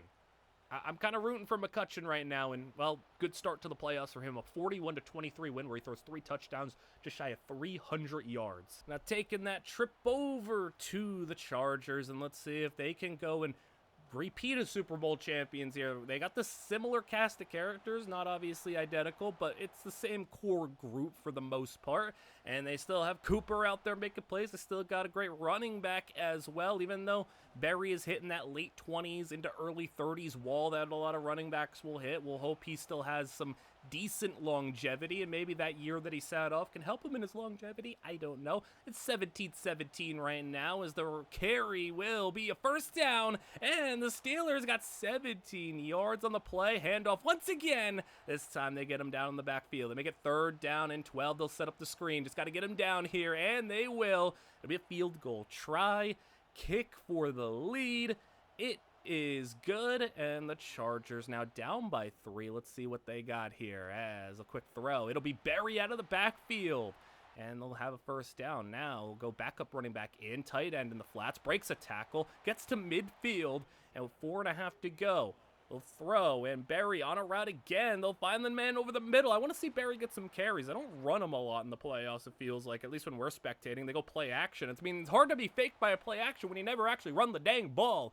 3rd and 19. Berry into block, stepping up. He's going to throw. Got a man. Turns upfield. He actually got the first down. That is great speed there. And from the 13, Berry on the handoff. Finally getting the ball. It'll be 3 yards. 3rd down and 3. And they'll go quick out. Got the first, and ready to goal to go. 2-minute warning. Come on, Chargers. Make it happen. And he is in. Touchdown. Chargers. 24-20. It's a good drive from the offense, all things considered, and you got a little bit of time if you're Pittsburgh, and that'll help you out a lot. You get a timeout burn there from the 49-yard line, 1.5 to go. Got a first down. Need touchdown, though. No field goal. Not gonna be enough for you. You got to go 41 more yards, and they'll find a man at the 34. I feel like we've ran into the Steelers quite a lot in the AFC. You know, the Jaguars, we ran into them. The Chargers, we ran into them. The Jets, we ran into them. The Titans, we ran into them. Every team that has had to go through as Cooper gets the game-sealing sack. Cooper got 2 sacks in that game, but yeah, I feel like every team has had to, like, at one point in the AFC run through the Steelers. They've been a nice stepping stone team. But also, I find it funny, though, this is like, what, the 4th time in this video one of our players has gotten, like, the game-sealing sack. Awesome to see that. Cooper's done it. Riles has done it. The other guy did it. Connors did it. Everybody has like needed a big play. The good players have made those good plays, and now the Seahawks moving on to watch them. They're doing a pretty good job right now. They already dominated in their first playoff game. Now in their next one, that ball incomplete on 4th down. They actually went for it, but the defense got to stop. I mean, they're doing pretty good right now. 23-10, McCutcheon clean game, 200 yards, a touchdown, no picks, run game. They've had this number 9 at running back that isn't Kenneth Walker for a very long time. He's been pretty good, but it feels like anytime we watch him, like, he only ever gets going in the 4th quarter like that, but you look at his stats, it'll be like 10 carries for 20 yards, and then he'll go in the 4th quarter and start running through defenses like this. 10 yards on the play. It's up to 55 yards, but he was just at like 20 a minute ago. And that completion, 4th and inches, but they will kick a field goal here. And the kick is good. The Seahawks up by 16. The Saints end up scoring a touchdown, but they missed the 2-point conversion, and they didn't get the onside kick either. Then we jump ahead to the Seahawks. They run 3 times. They don't do anything. They punt it away. Defense does what they need to do, and the Seahawks are going to win it pretty calmly, pretty securely, and move on to the NFC Championship. But on the other end, let's go to the AFC Championship. We could have another little matchup here if the Chargers go back-to-back and they run into the Seahawks. That'd be pretty cool. Let's see if that could happen, though. 23-19 against the Colts. The Chargers have the lead, and they're at goal to go. Come on, I want to see it happen. As they'll move right and throw back in the end zone. He's got it, but they call him at the 1. I thought that was a touchdown. That's okay, though. Let's let Barry punch it, and he does it. It's 4th and inches. Come on, Barry. Get him in there. Yes, they do. Touchdown, Mike Barry. And the Chargers take a 2-score lead, 30-19. And the Colts now need a lot to go their way. All defense got to do is not allow anything crazy to happen here. No big plays. Just keep everything up top. Let your pass rushers tee up. And the Colts, 3rd down and 10, upcoming with 8 to play. As they'll clear out the backfield. And that'll be a hit as he's throwing and a hit on the completion. They'll punt the ball away. I guess it's 7 minutes to go, but you get Barry up by double digits, and you can let him start to get going. 1 first down run. Then they check it down to him in the flats. Breaks a tackle. How about another first down for Barry? He can do it on the catch and run. The Chargers do use him a little bit more as a pass catcher, but here, this is what we want to see. Barry running through, and another first down. He's got 90 yards. This is what we need. Just give him the ball and let him go to work. 3rd down and 2 with 4 to go. And the throw. Oh, Barry got free. Touchdown. That should be your game. I think the Chargers are headed back to a Super Bowl.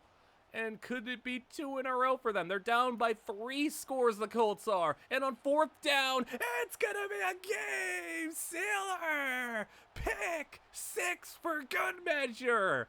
The Chargers are going to the Super Bowl, but who's going to be waiting for them? Barry goes for 100 yards, also had a 30-yard receiving touchdown.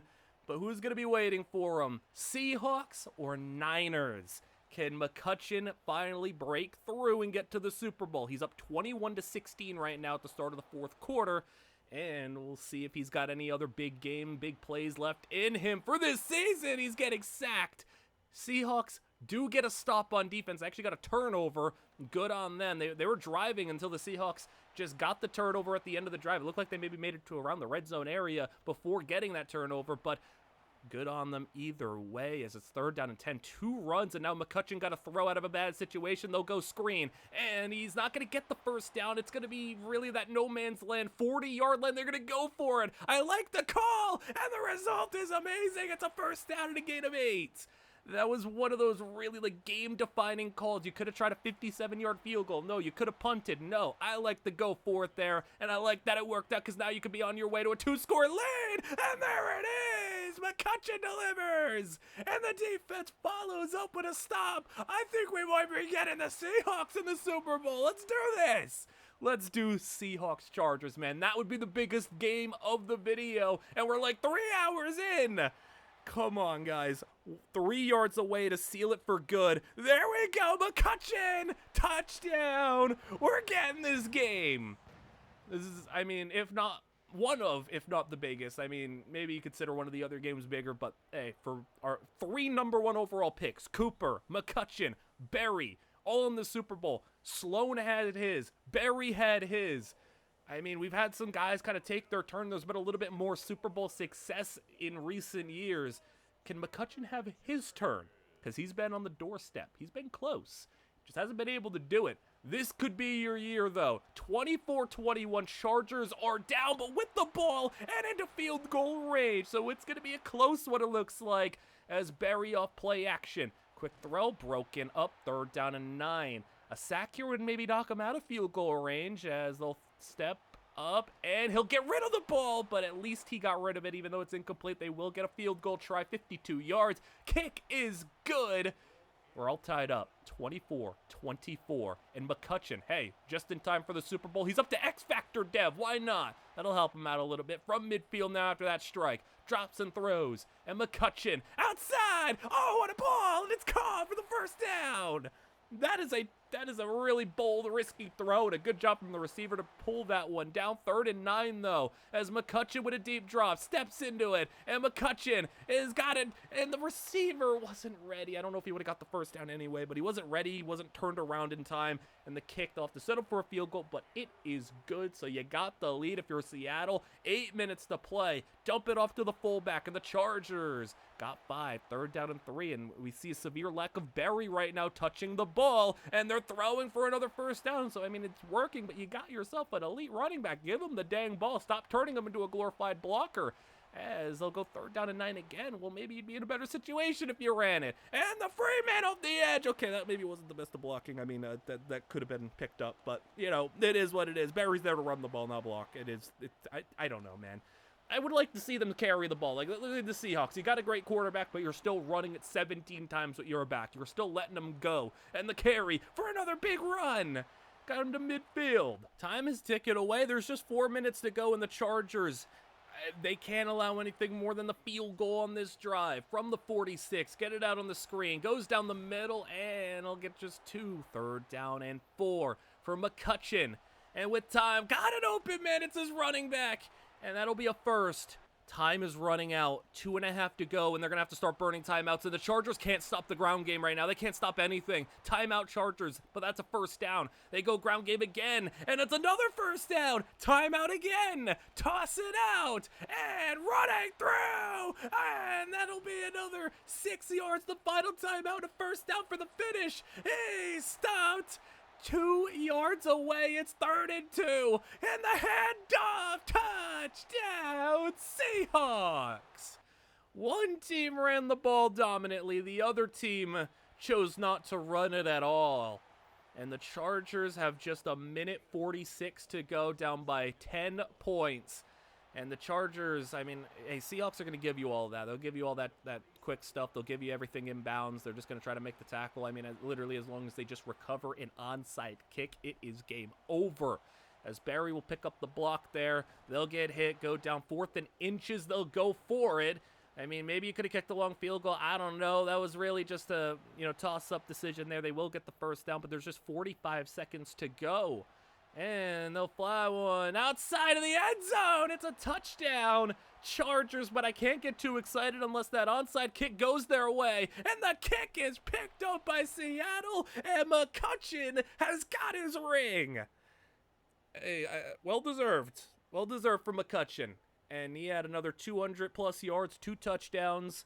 I don't love how the Chargers have situated things, but hey, I'm not the coach of the team. McCutcheon makes his 3rd Pro Bowl, throws for over 30 touchdowns, 4,600 yards. Gregory Cooper makes his 1st Pro Bowl in a career year, 14.5 sacks for him. And Berry makes his 5th consecutive Pro Bowl with another 14 touchdown season, though definitely a step back for him this year. And the MVP goes to a linebacker. Cool. Manu Garcia, salute to you for your career. 14 years, he retires. And Grant Barrett, poor guy, is also still on the bench, but also, I don't know, maybe he kind of did it to himself by holding out. Mike Berry's 30 years old, so I don't know how much longer he's got. Even though he's a 97, he's a 30-year-old running back. Yeah, it's just, we know how things go here. McCutcheon, 30 years old, got it just in time. Eric Sloan, kind of feel bad ever since his Super Bowl and 2 MVPs. Hasn't really had the same amount of success. Gregory Cooper, 29 years old as well. So all these players kind of at their prime and going into their decline. So we don't have a whole lot of time left in this one. Seahawks, 1 seed. Bears, 5th seed. And Grant Barrett, still sitting on the bench. That's unfortunate for him. Mike Berry and the Chargers do not make the playoffs, but Berry does make a 6th consecutive Pro Bowl. Gregory Cooper kind of comes back down to earth, just kind of a solid 8-sack season, more in line with what he has done so far. And in the playoffs, I really want you guys to understand how bad I feel for Eric Sloan, because this game is 42-34 right now. You might be thinking, what's wrong? I mean, he's winning 42-34. Well, I'm watching a dude right now who has just shy of 400 yards, 6 touchdowns, 0 picks, and he's only winning by 1 score. And not only that, they go, and the Bucks tie it up, 42-42. You're telling me he has 400 yards, 6 touchdowns, 0 picks, and he's only tied with 6 minutes to go? What does he got to do? What is this? And I think it's fascinating. He hasn't won a playoff game outside of the 1 year he won the Super Bowl. The 1 year he won the Super Bowl, I'm pretty sure. I think that's what the case is. Maybe he's got one other playoff win. Whatever it is, he doesn't have a lot of playoff wins. I think it's just the 1 year he made the Super Bowl, because he won the divisional round, conference championship, Super Bowl. I think he only has 3 playoff wins. So yeah, I think it's literally just that 1 year. The Bears have not been able to surround him with anything other to succeed with. But like the one time they did, it's the Super Bowl. It's like some Aaron Rodgers stuff I'm watching. As he'll pass outside, and that's called. That should maybe be a 7th touchdown, but they call it incomplete. I don't know if he actually got his feet in. They don't challenge it or anything. And Sloan out of bounds at the 10-yard line. 3rd down and goal. Looking for touchdown number 7. And Sloan, it's incomplete, but they will get a field goal with 2:45 to play. 45-42. Will that be enough? Will we jump to see the Buccaneers possession with 4th and 5, a chance for the defense to end this game? And they don't do it. Come on. Dude, what in the world, man? How can you play like a perfect game on offense? And the Buccaneers are at the 13. 40 seconds to go. Tampa Bay. And the throw at the goal line. It's caught, but he's down. He had to come back for the ball. And they are lucky that they just settled for a field goal. We're headed to overtime. It's 45-45. Let's go ahead to see. Buccaneers start on offense. They go 3rd down and 10 from the 44, completed at the 38. No first down, but they will get a field goal from 55 yards, and the kick is good. The Bears are losing in overtime, 48-45. Sloan, actually, if he wants to win this game, might need to throw a 7th touchdown and need to hit like 500 yards. All right, well, Sloan, can you do it? Can you... It's so unfair to ask this of a guy. It's so unfair. Carry, that's going to be a 1st down. And at the 46 of Tampa Bay. So, I mean, you can get a field goal to extend the game, but I don't think you want to see your defense back out there on the field. So I think you're just going to want to see if you can get the touchdown this drive. 3rd down and 5. Need the conversion. Got it. Clutch throw at the 31. You're in field goal range. So just hold field goal range at the very least. Handoff. Oh, come on. No. No. He fumbled it away. And they lose. This is the most not his fault game I've ever seen in my life. Oh my goodness. There's no way. He lost. He lost. His running back fumbled. He threw for 460 yards, 6 touchdowns, and no picks, and lost. What? All you can do is put your arms up and say, brother, what the heck am I supposed to do? There's nothing he can do. All right. Well, we move on to McCutcheon and his 13-win Seahawk team. So they're trying to defend their Super Bowl crown, and we'll see if the Seahawks have more playoff wins in them. They're a year older. They're a little bit worse, but they're still a talented team, and they're down by 10 right now. 24-14, but McCutcheon having a clean game right now. They definitely have the potential to make this a 1-score game if you don't take a sack like that. That's bad. 3rd and 17. Need to get a little bit of yards here, and he's gonna get some, but he breaks the tackle, goes kind of backwards a little bit, loses some yards, and they end up punting. They gotta stop, but man, there was a couple of missed opportunities there. All right, well, still a 2-score game, but 6 minutes to play, and this could be a one and done for the 1 seed. 4th and 2 for McCutcheon. And McCutcheon got a completion. How did he hang on to that one? That's impressive. Past midfield he goes. And the carry. Big run. Big hole. And at the 27 they go. Now McCutcheon to throw again, moving right. He'll scramble, and McCutcheon in the red zone slides at the 15, new set of downs. Time running down to under 4 minutes to go. Halfback pass, and it's out of bounds. Oh my goodness, why? You got a perfectly good quarterback. You don't need to do that. Oh my god, that's almost picked off by the defensive lineman. That was a wild set of plays. They'll end up just settling for a field goal. The Giants. Here we go. We'll look at the Giants and see if they can ice this game. And they won't! Oh no, it's picked off! The Giants just threw an interception in a game-clinching scenario and give the Seahawks a chance. McCutcheon has been absolutely gifted. Another opportunity in good field position. 3rd down and 12, though. Can he get it done? Step it up and float it for the marker. It's caught, but right short of the line. 4th and inches! He doesn't have it! Okay, I think that might be game. And with a minute and a half to go, what are you doing, Giants? They fumbled and got the ball back. What are you doing? A minute and a half to go, you could just kneel it basically, and you kick the ball away with 10 seconds to go. Why are you dropping to throw? You just gave McCutcheon a 3rd chance, and a 3rd time as the charm touchdown. We're headed to overtime in this game too, and McCutcheon. This is the other end of the spectrum of Sloan, where Sloan couldn't get that type of luck from his team, even if he prayed his whole life for it. Meanwhile, McCutcheon got it handed to him 3 straight times. And now in overtime, can he go for a lead here? 35-yard line, handoff, 1st down at the 34. So you're in field goal range, but you want that touchdown. As they're shrugging off a defender, 2nd down and 6. He'll drop and throw. And outside, that'll be hit. The receiver kind of got hit like a little early there, but hey, we'll take the field goal regardless. 27-24 in the Giants now. We jump ahead. They're already on 3-and-out territory. Obviously, it's 4-down territory due to the fact that you need to score. It's 4th and 5, though. And will it be a 4-and-out? And it is going to be a 4-and-out. Wow. All right. 2 ends of the spectrum there. I mean, I watched Sloan get absolutely robbed and got 0 fair opportunities, it felt like. And then I watched McCutcheon had a good game, but he got gifted a 2nd and a 3rd opportunity. He got it done. I mean, you better after 3 chances. So you go to the NFC Championship, and on the doorstep of a 2nd Super Bowl appearance, can McCutcheon take out the Buccaneers? The Buccaneers already skated past the Bears and dodged the maybe actual best quarterback in the league. And McCutcheon, good quarterback, but he is not having a good game right now. He's got 2 picks in the Seattle rain. 16-7 your score in the flats. That ball caught at the 6-yard line, so you can get a touchdown here to make it a 2-point game. 2nd and goal, and it'll go knocked away. Linebacker got out there. 3rd down and goal. Quick pass. End zone broken up, and they have to settle for 3. So it does make it a 1-score game, but you need to make sure your defense allows nothing. And maybe the luck has run out because the Buccaneers do get a field goal. So 5 minutes to play, and you're down by 9.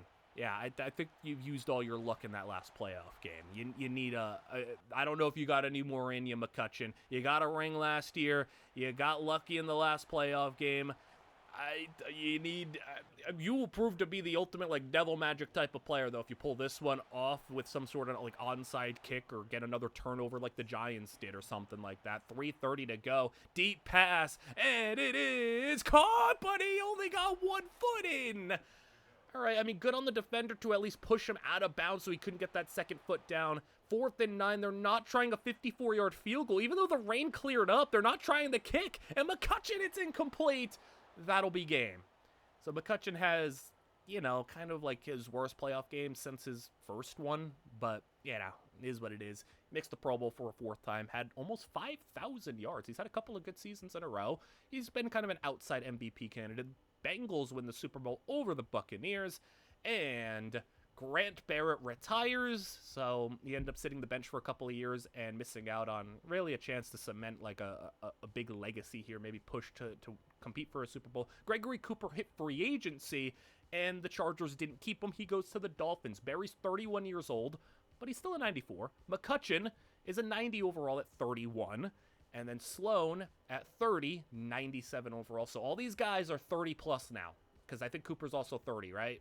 Yes, he is 30. So all these guys, we have 4 players left, and they're all 30 or older. We are running out of time here. And, well, the Bears got the number 1 seed. McCutcheon's also in the playoffs. Good on him. And Gregory Cooper does not really succeed, like, to a high level on the Dolphins. Just kind of a normal Gregory Cooper year, you know, in the 7 to 10 sack range. And we move ahead to the Chargers, where they actually made the playoffs, and they're kind of like slipping a little bit. You know, their team's kind of aging out of their Super Bowl window, and they're more of like a second-tier contender right now. But hey, Barry, I mean, if we can get the ball, you know, if they want to run the ball, they can do it. 23-21 is your score against the Ravens, so see if you can come up with a big play here. And that pass caught over the middle, first down. I mean, they're just slinging it. Once again, cleared out the backfield, and Barry just out there running routes. And the thing is, you'd think with all the routes that he runs, he gets a lot of catches. It's like his career high in catches is like 30. I don't know. It's not that high. And Barry, just give him the ball like that, and he'll go and make a nice little play right there. From the 1, though, first and goal. Barry on the carry, and Mike Barry is in. Touchdown Chargers. That'll give them a 9-point lead. So the Ravens now, they do end up scoring a touchdown with 6 minutes to play, so that makes it once again a 2-point game. Barry out of the backfield. He gets a catch, gets the first down, and gets 20 yards on the play. So trying to ice this game, maybe find the end zone again. I think that very well could do it, and they're well on their way. Another 28 yards on the play. Drop it and throw in. First and goal. Got it in the end zone. Touchdown, Chargers. And the Ravens once again scored a touchdown. Well, the issue is it's maybe a little too late because you only got a minute and a half to go, and a first down will end this game. So the Ravens needing a stop. He's going to slide ahead, and they give him the first down. That'll ice the game 37-35, and the Chargers will win a playoff game. And then we go to Seattle, where they get smacked by the Cardinals. McCutcheon and not able to really do much there. The team has gotten a little older, a little bit worse, and, you know, it's finally caught up with them. Let's move ahead to the Bears, where, man, I would like to see Sloan win a playoff game, you know, outside of that 1 year. This Bears team, no matter what seed they are, no matter if they come in at the 7 seed or the 1 seed, it kind of all just looks the same for them. And they're one of those teams where they just have a quarterback that can get them as many wins as they want in the regular season, but then once it hits playoff time and you need, you know, difference makers, you need guys to do something, you need to run the ball, you need a different brand of football, and you can't do it because you don't have help, you don't have a good defense, you don't have a good run game, you don't have anything, you just have the elite quarterback, and you have some nice pass catchers at times. But I think the frustrating thing narrative-wise, it's one thing if Sloan is the reason why you're failing, like he plays good in the regular season, then he gets into the playoffs and then stinks it up. It's another thing when he, like, plays winning football or good enough football. Like in this game, 350 yards. I know he's got 2 picks, but 350 yards, 3 touchdowns. I mean, he lost the game where he threw 6 touchdowns and almost 500 yards. Like, it's just, you know, he's had too many games where he'll play well and it doesn't matter. And he'll get you there and it doesn't matter. He'll go and win MVP, and the second year he won MVP playing his absolute best, they got bounced like in the first round immediately. So it's like, man, give the guys some help. 2 minutes to go, and can you get that playoff win? Finally, get another one. Back in the end zone. There it is. It's a touchdown. They're up by 1, and the Niners just stop them. Come on. 59-yard touchdown with 40 seconds to go. He can't catch a break. He can't catch a break. He can't. 30 seconds to play. I mean, and again, he's already thrown now like 400 yards at 4 touchdowns, and it's just not going to matter, is it? It's not going to matter. I mean, come on, man. Like, this is just unfair. This is torture. This is just awful to do to a poor guy. Like, I don't know, man. 3rd and 10, 20 seconds to play. And the only, like, hopes, I think, of, like, another Super Bowl or something to close out this video might be in Sloan. I mean, he's a good enough player. He just needs something. He gets sacked there before even getting the throw off. He throws for just shy of 400 yards. He had, I think, a rushing touchdown as well, which is, you know, cool. But, man, yeah, 5 straight Pro Bowls for Sloan, and he's been great. Doesn't matter, though. We move over to the Raiders and the Chargers. So the Chargers are down 24-9, and we're seeing if they can maybe do something here to come back in this one. Their offense has been bad. The passing game has been pretty just absent, and the deep ball is incomplete. 4th and 10. Raiders take over. Raiders score. It's a 3-score game with 6 minutes to play, so I'm like, man, I don't know. And then immediately they throw an interception, and it's like, yeah, this is going to be it. The Chargers, they'll run it back all the way to about the 6-yard line. And the Chargers are going to lose this game, 34-9. I'll just sim the rest of it, and the Raiders even add on more, 41-9. Berry only 10 carries, 38 yards. It's not like the yards per carry are great, but like you just abandon the run game so fast. And Berry ends up with 1,300 yards. He finally misses the Pro Bowl just because he didn't have a double-digit touchdowns. He's kind of a little bit of a fumble machine, but you know, you take the bad with the good. And we move on to Gregory Cooper back in free agency. I don't know why, but he's back in free agency. He goes unsigned in the first wave, but he does end up landing on a team. Berry, 90 overall now, 32 years old. Hey, 32-year-old running back, that's like top level longevity if he's going to be able to be good at that age. McCutcheon, 32, still pretty good. Sloan, still a 97 at 31. Still, I mean, if they wanted to do something, they could. Gregory Cooper ends up signing on with the Raiders. And we'll see now at 31, 31, 32, 32 years old for these guys, these last 4 players' ages, if they can do anything about it. The Raiders do make the playoffs. Mike Berry takes a back seat. He ends up being the number 2 running back and only running for 500 yards and 7 touchdowns. Kind of feels like that's going to be it for Berry. McCutcheon misses the playoffs. I don't know how much more McCutcheon has left in him, especially since his production kind of took a little bit of a drop in the passer rating-wise and everything like that. The Raiders get smacked in the playoffs, and Gregory Cooper does make his second Pro Bowl, 14.5 sacks, so good on him. He had 8 fumble recoveries. Excuse me?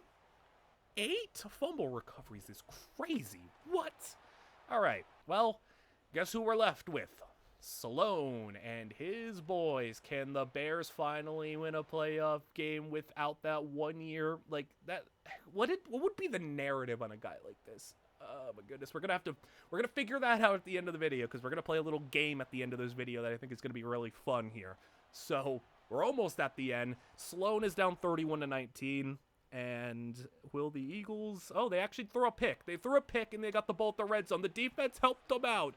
Let's get this, man. The defense helped you. Come on. Sloan is chased and sacked.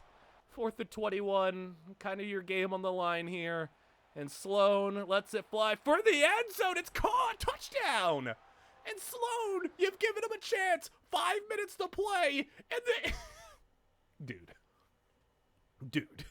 You let them take, like, the whole clock down and score a touchdown? Are you kidding me? Another 300 yards and 3 touchdowns, and it doesn't matter. This is just, this is unbelievable. This is insane. This is 5 straight years of this for this guy. Like, he won that Super Bowl, and then 5 years of that. Mike Berry ends up retiring, so, you know, we kind of seen that coming. The second he became, like, minorly washed, he ends up retiring. And Gregory Cooper hits free agency again. This time around, at 32, he signs on with the Colts. Just stringing together 1-year deals where he's just existing. McCutcheon's really taking a hit now. He's an 84 overall at 33. I think this might be really just the end of the Seahawks. Sloan, 32 years old, he's still a 94. He's still a capable, like, top-tier quarterback if you wanted to do something, Bears. And the Bears do make the playoffs, Seahawks don't, and the Colts don't as well. So McCutcheon, yeah, it's starting to fall apart, under 60% completion percentage. Like, still like a fine quarterback, but nothing crazy. And Gregory Cooper, talk about falling off a cliff, 3.5 sacks is just way down there. But the Bears are back in the playoffs, and hey guys, guess what? The defense is actually playing pretty well right now, and Sloan isn't playing well. Why did you wait this long, guys? Why did you wait this long? You waited till he started to regress. You waited till he's not like the best quarterback in the league anymore to start actually putting together a defense. Is it just too late? I mean, hey, I think you might win this playoff game, though. You're up 24-7. Just don't blow it. Don't blow it. Cardinals score a touchdown, but it's still a 10-point game. As Sloan, he just threw the ball to the offensive lineman. What kind of offense are we running here? We're throwing the ball to our left tackle for like 4 yards on a first down play. What are we doing? Well, they get a first down conversion there. And Sloan, jet pass to the edge, got a block, and a first down. And Sloan, I mean, he's still on his way to maybe a 300-yard performance. A touchdown would end this, but also, you know, just holding on to the ball here. with 4:20 to play, and Sloan play action, moving right, throwing on the run. That's a dart, and inside the 5, gain of 31. I mean, he still will bust out one of those special plays as the handoff is through for a yard. 3rd down and goal, quick throw, not going to get anywhere, but they will be able to burn 2 timeouts from Arizona, kick a field goal, go up by 13, and Arizona throws an interception, so I think it's going to happen. They're going to win a playoff game. They're going to win one. It took them 6 years after his first playoff win, and making the playoffs all but, 1 year? Like, he missed the playoffs 1 time in that time frame, I think.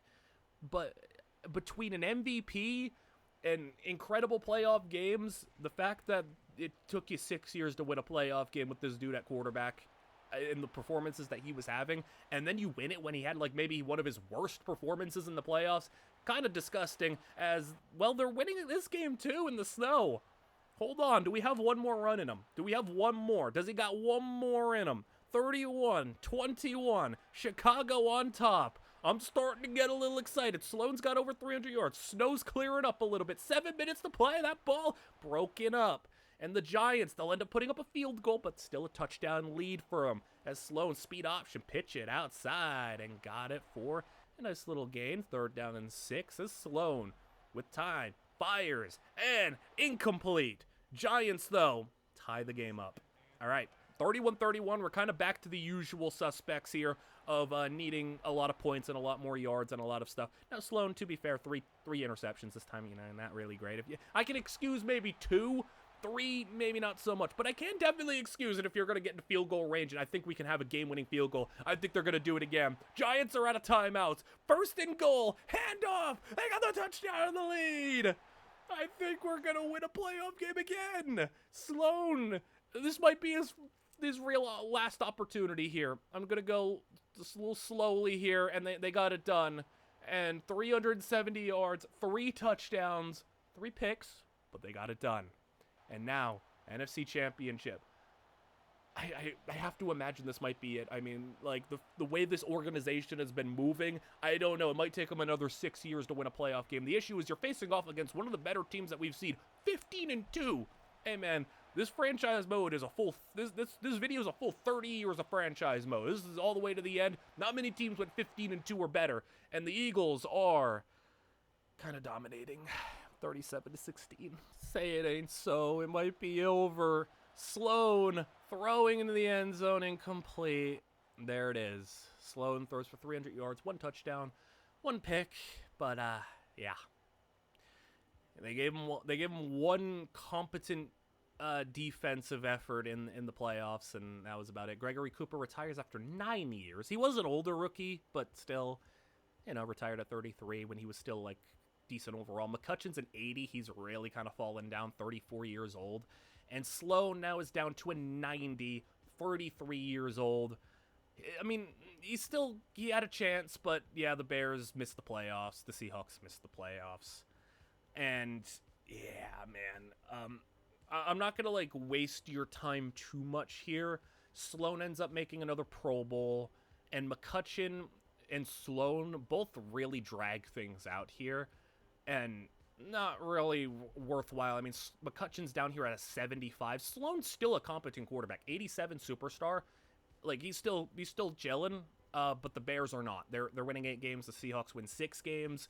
So the Seahawks end up, look how bad McCutcheon has gotten now. He's on his way out. So, I mean, he ends up, like, hurting his final career efficiency, but, it is what it is. We know how good McCutcheon was in his prime. Sloan definitely took a step back. McCutcheon retires, and Sloan really wanted to waste my time here, because the Bears ended up signing the top quarterback in free agency, which is so annoying, but they signed the top quarterback in free agency who's better than Sloan, and they replaced him. And then Eric Sloan decided, you know what, 35, 36, 37, 38 years old, he just sat on the bench and wouldn't retire. Just sat there and wouldn't retire. And I literally made it all the way to the end of franchise mode, where he was 39 years old and a 60 overall and hadn't played in years. and he wouldn't retire. But, like, again, he hadn't played in years. We made it all the way to the end of the franchise mode, and he just wouldn't retire. So, you know, kind of just, it is what it is. His career's over. Like, it's not like he was going to magically play at a 63 overall at 39 years old. So, we'll get to the end of the video here. And I want you guys to stick around because I want to play a little game here. Remember on those NFL throwback videos on those channels that they had? They would go through old draft classes and they'd go like hit, miss, or meh on a player, and they'd go through their career and everything. Let's play that game here. Let's kind of remaster it a little bit. Let's call hit, miss, or mid for all 15 of the #1 draft picks. Let's go through their careers, determine if they were worthy of the #1 overall draft pick. So let's go to the first player, Eric Connor, who we have the records to display what they were able to accomplish on the teams when they were, you know, a contributor on that team, not counting them as a backup or anything. So Connor was drafted by the Jaguars after his rookie contract in the 5th year option. He went to the Lions, ended up winning a Defensive Player of the Year, a 119-102 loss. He played a long time, ended up with just shy of 1,000 tackles, over 200 tackles for loss, 146 sacks, 18 forced fumbles, 5 safeties, which is insane, 16 fumble recoveries. In the playoffs, he had 11 playoff games, 7.5 sacks, and I gotta say, this is a hit. You draft this type of player with the #1 overall pick. It's obviously unfortunate that he never made a Super Bowl, never got, you know, to that level, but hey, was an incredible player. If you draft the Defensive Player of the Year, obviously, in a general sense, this is a hit. For the Jaguars, maybe you could say not so much because his best years came afterwards and he played most of his career outside of Jacksonville. But as a standalone #1 overall pick, this is a home run. What I find to be really interesting is this guy right here, Earl Raymond, because you look at his final career stats and you're like, man, 11,000 yards, 70 touchdowns, 5 1,000-yard seasons when he played in his 6 playoff games, was a playoff riser even, averaged more yards per game in the playoffs than he did in the regular season, but he never made a Pro Bowl. He had 5 1,000-yard seasons, which is cool, but I don't know if I could call this a hit. I mean, it's really weird because it's like 11,000 yards, 70 touchdowns. It's a good receiver, but like, he never was a top 10 receiver. He never was like elite.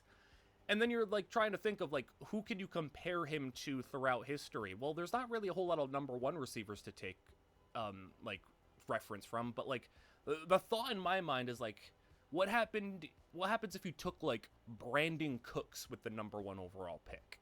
Like, would that be a hit? It's like, you know, it's a good receiver, had 1,000 yards on 4 different teams, just like Earl Raymond had 1,000 yards for Jacksonville, for Kansas City, for the Raiders. He had 1,000 yards, but like no one kept him for, you know, to be their guy. And I don't know. I'm not going to call this a miss. You can't call this a miss, but I don't think you're calling this a hit because, I don't know. Do you call a guy who was always a top 20 wide receiver, but never a top 10 with the #1 overall pick? Is that a hit? I don't think so. I'm going to say this is a mid, but he's a nice player. Just didn't really contribute much to winning, was on a losing team for the most of his career, and actually had his best years, you know, later in his career. 4 of his 5 1,000-yard seasons came in his final 5 years, which is really interesting. A big thing with Earl Raymond is, like, I can't call that a hit maybe necessarily because this is what a hit looks like. Brody Ainsworth had a incredible career, so he played, I think, 2 less years than Raymond. 13,000 yards, 113 touchdowns, 9 1,000-yard seasons, won a Super Bowl, made 5 Pro Bowls. And the thing is within the realms of Madden, he didn't even make the Hall of Fame in Madden. Connor did, so I guess I'll, you know, let you know if they made the Hall of Fame as we go. Connor made the Hall of Fame, but Brody Ainsworth didn't make the Hall of Fame, which, you know, you could debate if he deserved to or not. But, you know, he was pretty good in the playoffs. Not a whole lot of touchdowns compared to what he was able to do in the regular season. But, you know, his yards per game dropped off a little bit. You expect that in the playoffs. He's playing against better competition. But, like, this dude was consistently on a winning team. And I would love to know what his career overall in the playoffs would have looked like if he actually, in his San Francisco years, had a healthy quarterback. He never really got to deliver with a healthy quarterback. So, you know, once he got to Tennessee, he was off and running, had an incredible quarterback, had an incredible receiving core, and, I mean, just the novelty of a 6'6" guy with 99 jumping, 98 speed, just an absolute monster, awesome player. There are some players where the conversation doesn't need to be too long. Tremaine Langham was a normal dev, just never really developed, and there were times where he had some levels of production, even had a season where he had 11 sacks, but His teams were never amazing. He was never incredible. He sat in free agency for about half his football career, never really made an impact in his 3 playoff games either, and finished with just 39 career sacks. This is just a straight up awful miss. Like, if you draft this with the number 1 overall pick, this is the type of decision that kind of gets you fired. Andrew Rice also delivers us a very odd question here, because I mean, you look at the career stats, he had 48,000 passing yards in his NFL career. That is pretty insane. And you look at his overall production, I mean, 300 plus touchdowns. He won 93 games. He was literally a dead-on 500 quarterback almost. 93 wins to 94 losses, but he only made 2 Pro Bowls. He had 2 5,000-yard seasons, but he was 0-5 in the playoffs. And not only that, you could look at his playoff resume: 10 touchdowns, 11 picks, his completion percentage, 61%, which is pretty level, but like still just wasn't a good playoff quarterback at all. I mean, for a team in Denver that traded a first-round pick when, you know, they wanted a quarterback, they gave up a first to get him, he's not a hit. Because, like, yes, he became a starting caliber quarterback for a decade, but, like, man, he was so bad in the playoffs, and he kind of maybe even put teams in that really rough QB purgatory situation. This is almost, you know, it's funny that he was drafted by, you know, he was on the Vikings. Maybe very Kirk Cousins. Like, Kirk Cousins won a playoff game, but, you know, Andrew Rice, at his best, you know, fringe top 10 quarterback, had some top 10 seasons, but more often than not was just not really the quarterback that you're, you know, we can go to the promised land with this guy. And if you draft Kirk Cousins with the number 1 overall pick, it's not a miss, because that's a legit quarterback for a long term, but it's not like we got our guy. You got put kind of in quarterback purgatory, you paid him a lot of money, and he didn't give you a lot of results in the playoffs. You didn't get where you wanted to be. This one's just a mid. I'd like for there to be more to talk about with offensive linemen, but, you know, they don't have a whole lot of stats here. But Manu Garcia, hard not to say this is a hit. I feel bad that Garcia had the longest career of anybody, played the most games of anybody, made the most Pro Bowls of anybody, and it never really amounted to a whole lot. I mean, he was good. He was good at his best. He was a 92 overall, one of the best tackles in the league. He joined the Titans. Like, he was on the Vikings, and then Andrew Rice demanded a trade, left, put the Vikings into poverty. Then he joins the Titans right at the end of their Super Bowl window. They go bad, and then he's just stuck being on a bad team. And then he goes to the Giants to close his career. They're a bad team. That's unfortunate. He only ever missed 8 games in his career. But if you draft a 7-time Pro Bowl left tackle who was a really good player and was pretty consistently one of, if not the best player on bad teams, it's just unfortunate. But linemen get kind of put in that box a lot of times. Just think of a guy like Joe Thomas. Now, Joe Thomas is better than Manu Garcia, but, like, being a good lineman, being even a legendary type of lineman, you know, you can only do so much. He did his job, and he did his job at a decent level. A lot of sacks, but also, you know, wasn't playing with the best teams around him. So I give him a lot of credit for sticking it out and playing as long as he did, and maybe this is a guy who could have had an even better career if he was on better teams. I don't think the same can be said for Brandon Brown. This is the bust of the video. Biggest bust of the video by far. He spent more years as a backup than a starter. He started 4 years. In his 4 years at Chicago, he was not good. He maybe had one competent season. And when he was starting on the Bears, they weren't good. It was punctuated with a 1-16 season. He never did anything. He never accomplished anything. He was out of the league within, you know, a decade, but he spent a lot of those years either bouncing around like the Raiders, being a backup for the Raiders, or sitting in free agency. I mean, you draft this with the number 1 overall pick, you're talking about all-time level bad bust. A really unfortunate one was Brett Boston, who in Washington was, at his best, like a pretty competent player, a pretty nice player, but never made a Pro Bowl, never made the playoffs, retired early. This is a miss. I mean, you draft a defensive tackle with the 1st overall pick, you're already kind of fighting an uphill battle. Those guys don't typically go with top picks like that. And he had a fine career, but, like, he never contributed to anything significant. Then bounced around Bills, Panthers, Broncos, retired after only 9 years. This is just a flat-out miss. I wonder what your thoughts are on this guy, Grant Barrett, the Eagles quarterback who kind of got, you know, his career cut short due to Madden being Madden a little bit, but, He held out at, 31 or 32 years old. He held out, missed an entire season, then signed an extension, only for the Eagles to get a better quarterback, and he basically, didn't play the rest of his career. But when he was a starting quarterback, he was 79 and 57, made 2 Pro Bowls, won 4 playoff games, threw for 34,000 yards, 201 touchdowns to 44 interceptions. At his best, he was a top 10 quarterback. You can maybe even say he fringed on, in that 6 to 8 range. I don't know, 5 to 8 range. Like, he was kind of that not tier 1, but maybe tier 2 quarterback. So it's hard for me to say a miss. It's not a miss. I don't know. Would you call this a mid or a hit? Like, it's hard to get a good quarterback, and he was a legit quarterback. I mean, a 4-to-1 touchdown interception ratio. Again, a little bit shorter of a career because he got booted out of being a starter. His playoff stats pretty high on the interception side of things, but again, he was 4-5 in the playoffs. It's at least a mid, maybe you could say a hit. Now, this guy right here, Jalen Riles, he may absolutely be a miss. He is absolutely a miss. The Jaguars drafted him and immediately let him go after his first season.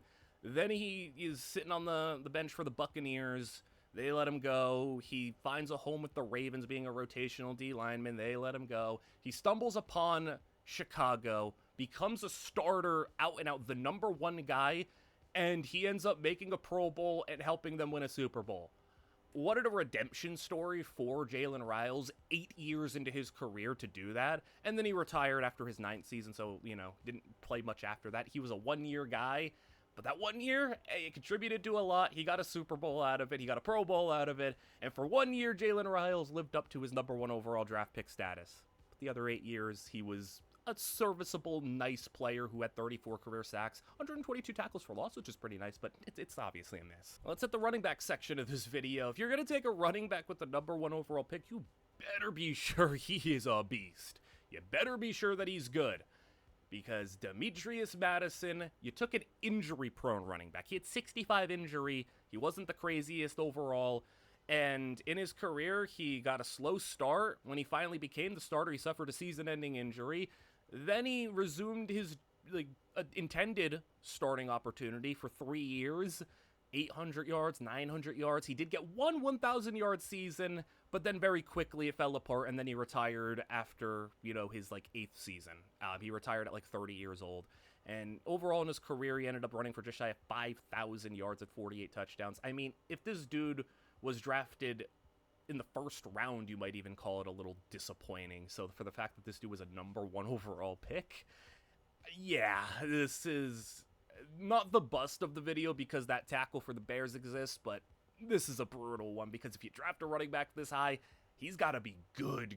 You might ask, what does drafting a running back with the number 1 overall pick, what does a good one look like? Well, I think Mike Berry, I didn't expect to be calling a running back with the number 1 overall pick a hit, but this is a hit. It's got to be. He played the most playoff games of any player in this video. Not only that, in his first year, he was drafted by the Jets number 1 overall. Within a year, they were in the Super Bowl. He ran for 1,000 yards each of his first 9 years as a starting back, like a legit pack, because he had 1 season in which he held out.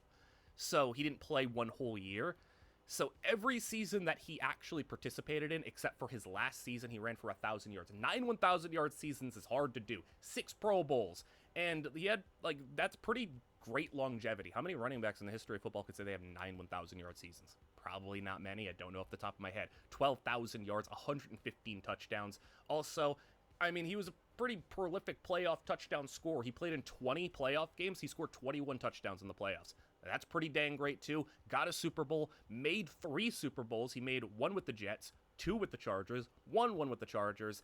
He was a successful player, top to bottom, and yeah, I didn't expect a running back to actually live up to it, but he did. Let's go back to the quarterback position, and an absolute hit here, Donovan McCutcheon. This is more of a definitive one that you're looking for. If you're drafting a quarterback, you don't want just a good quarterback. Yeah, 4 Pro Bowls is not, crazy, but this is a dude who threw for 52,000 yards, 335 touchdowns, 82 interceptions, and in the playoffs had some pretty good playoff performances, including having a 7-touchdown playoff game.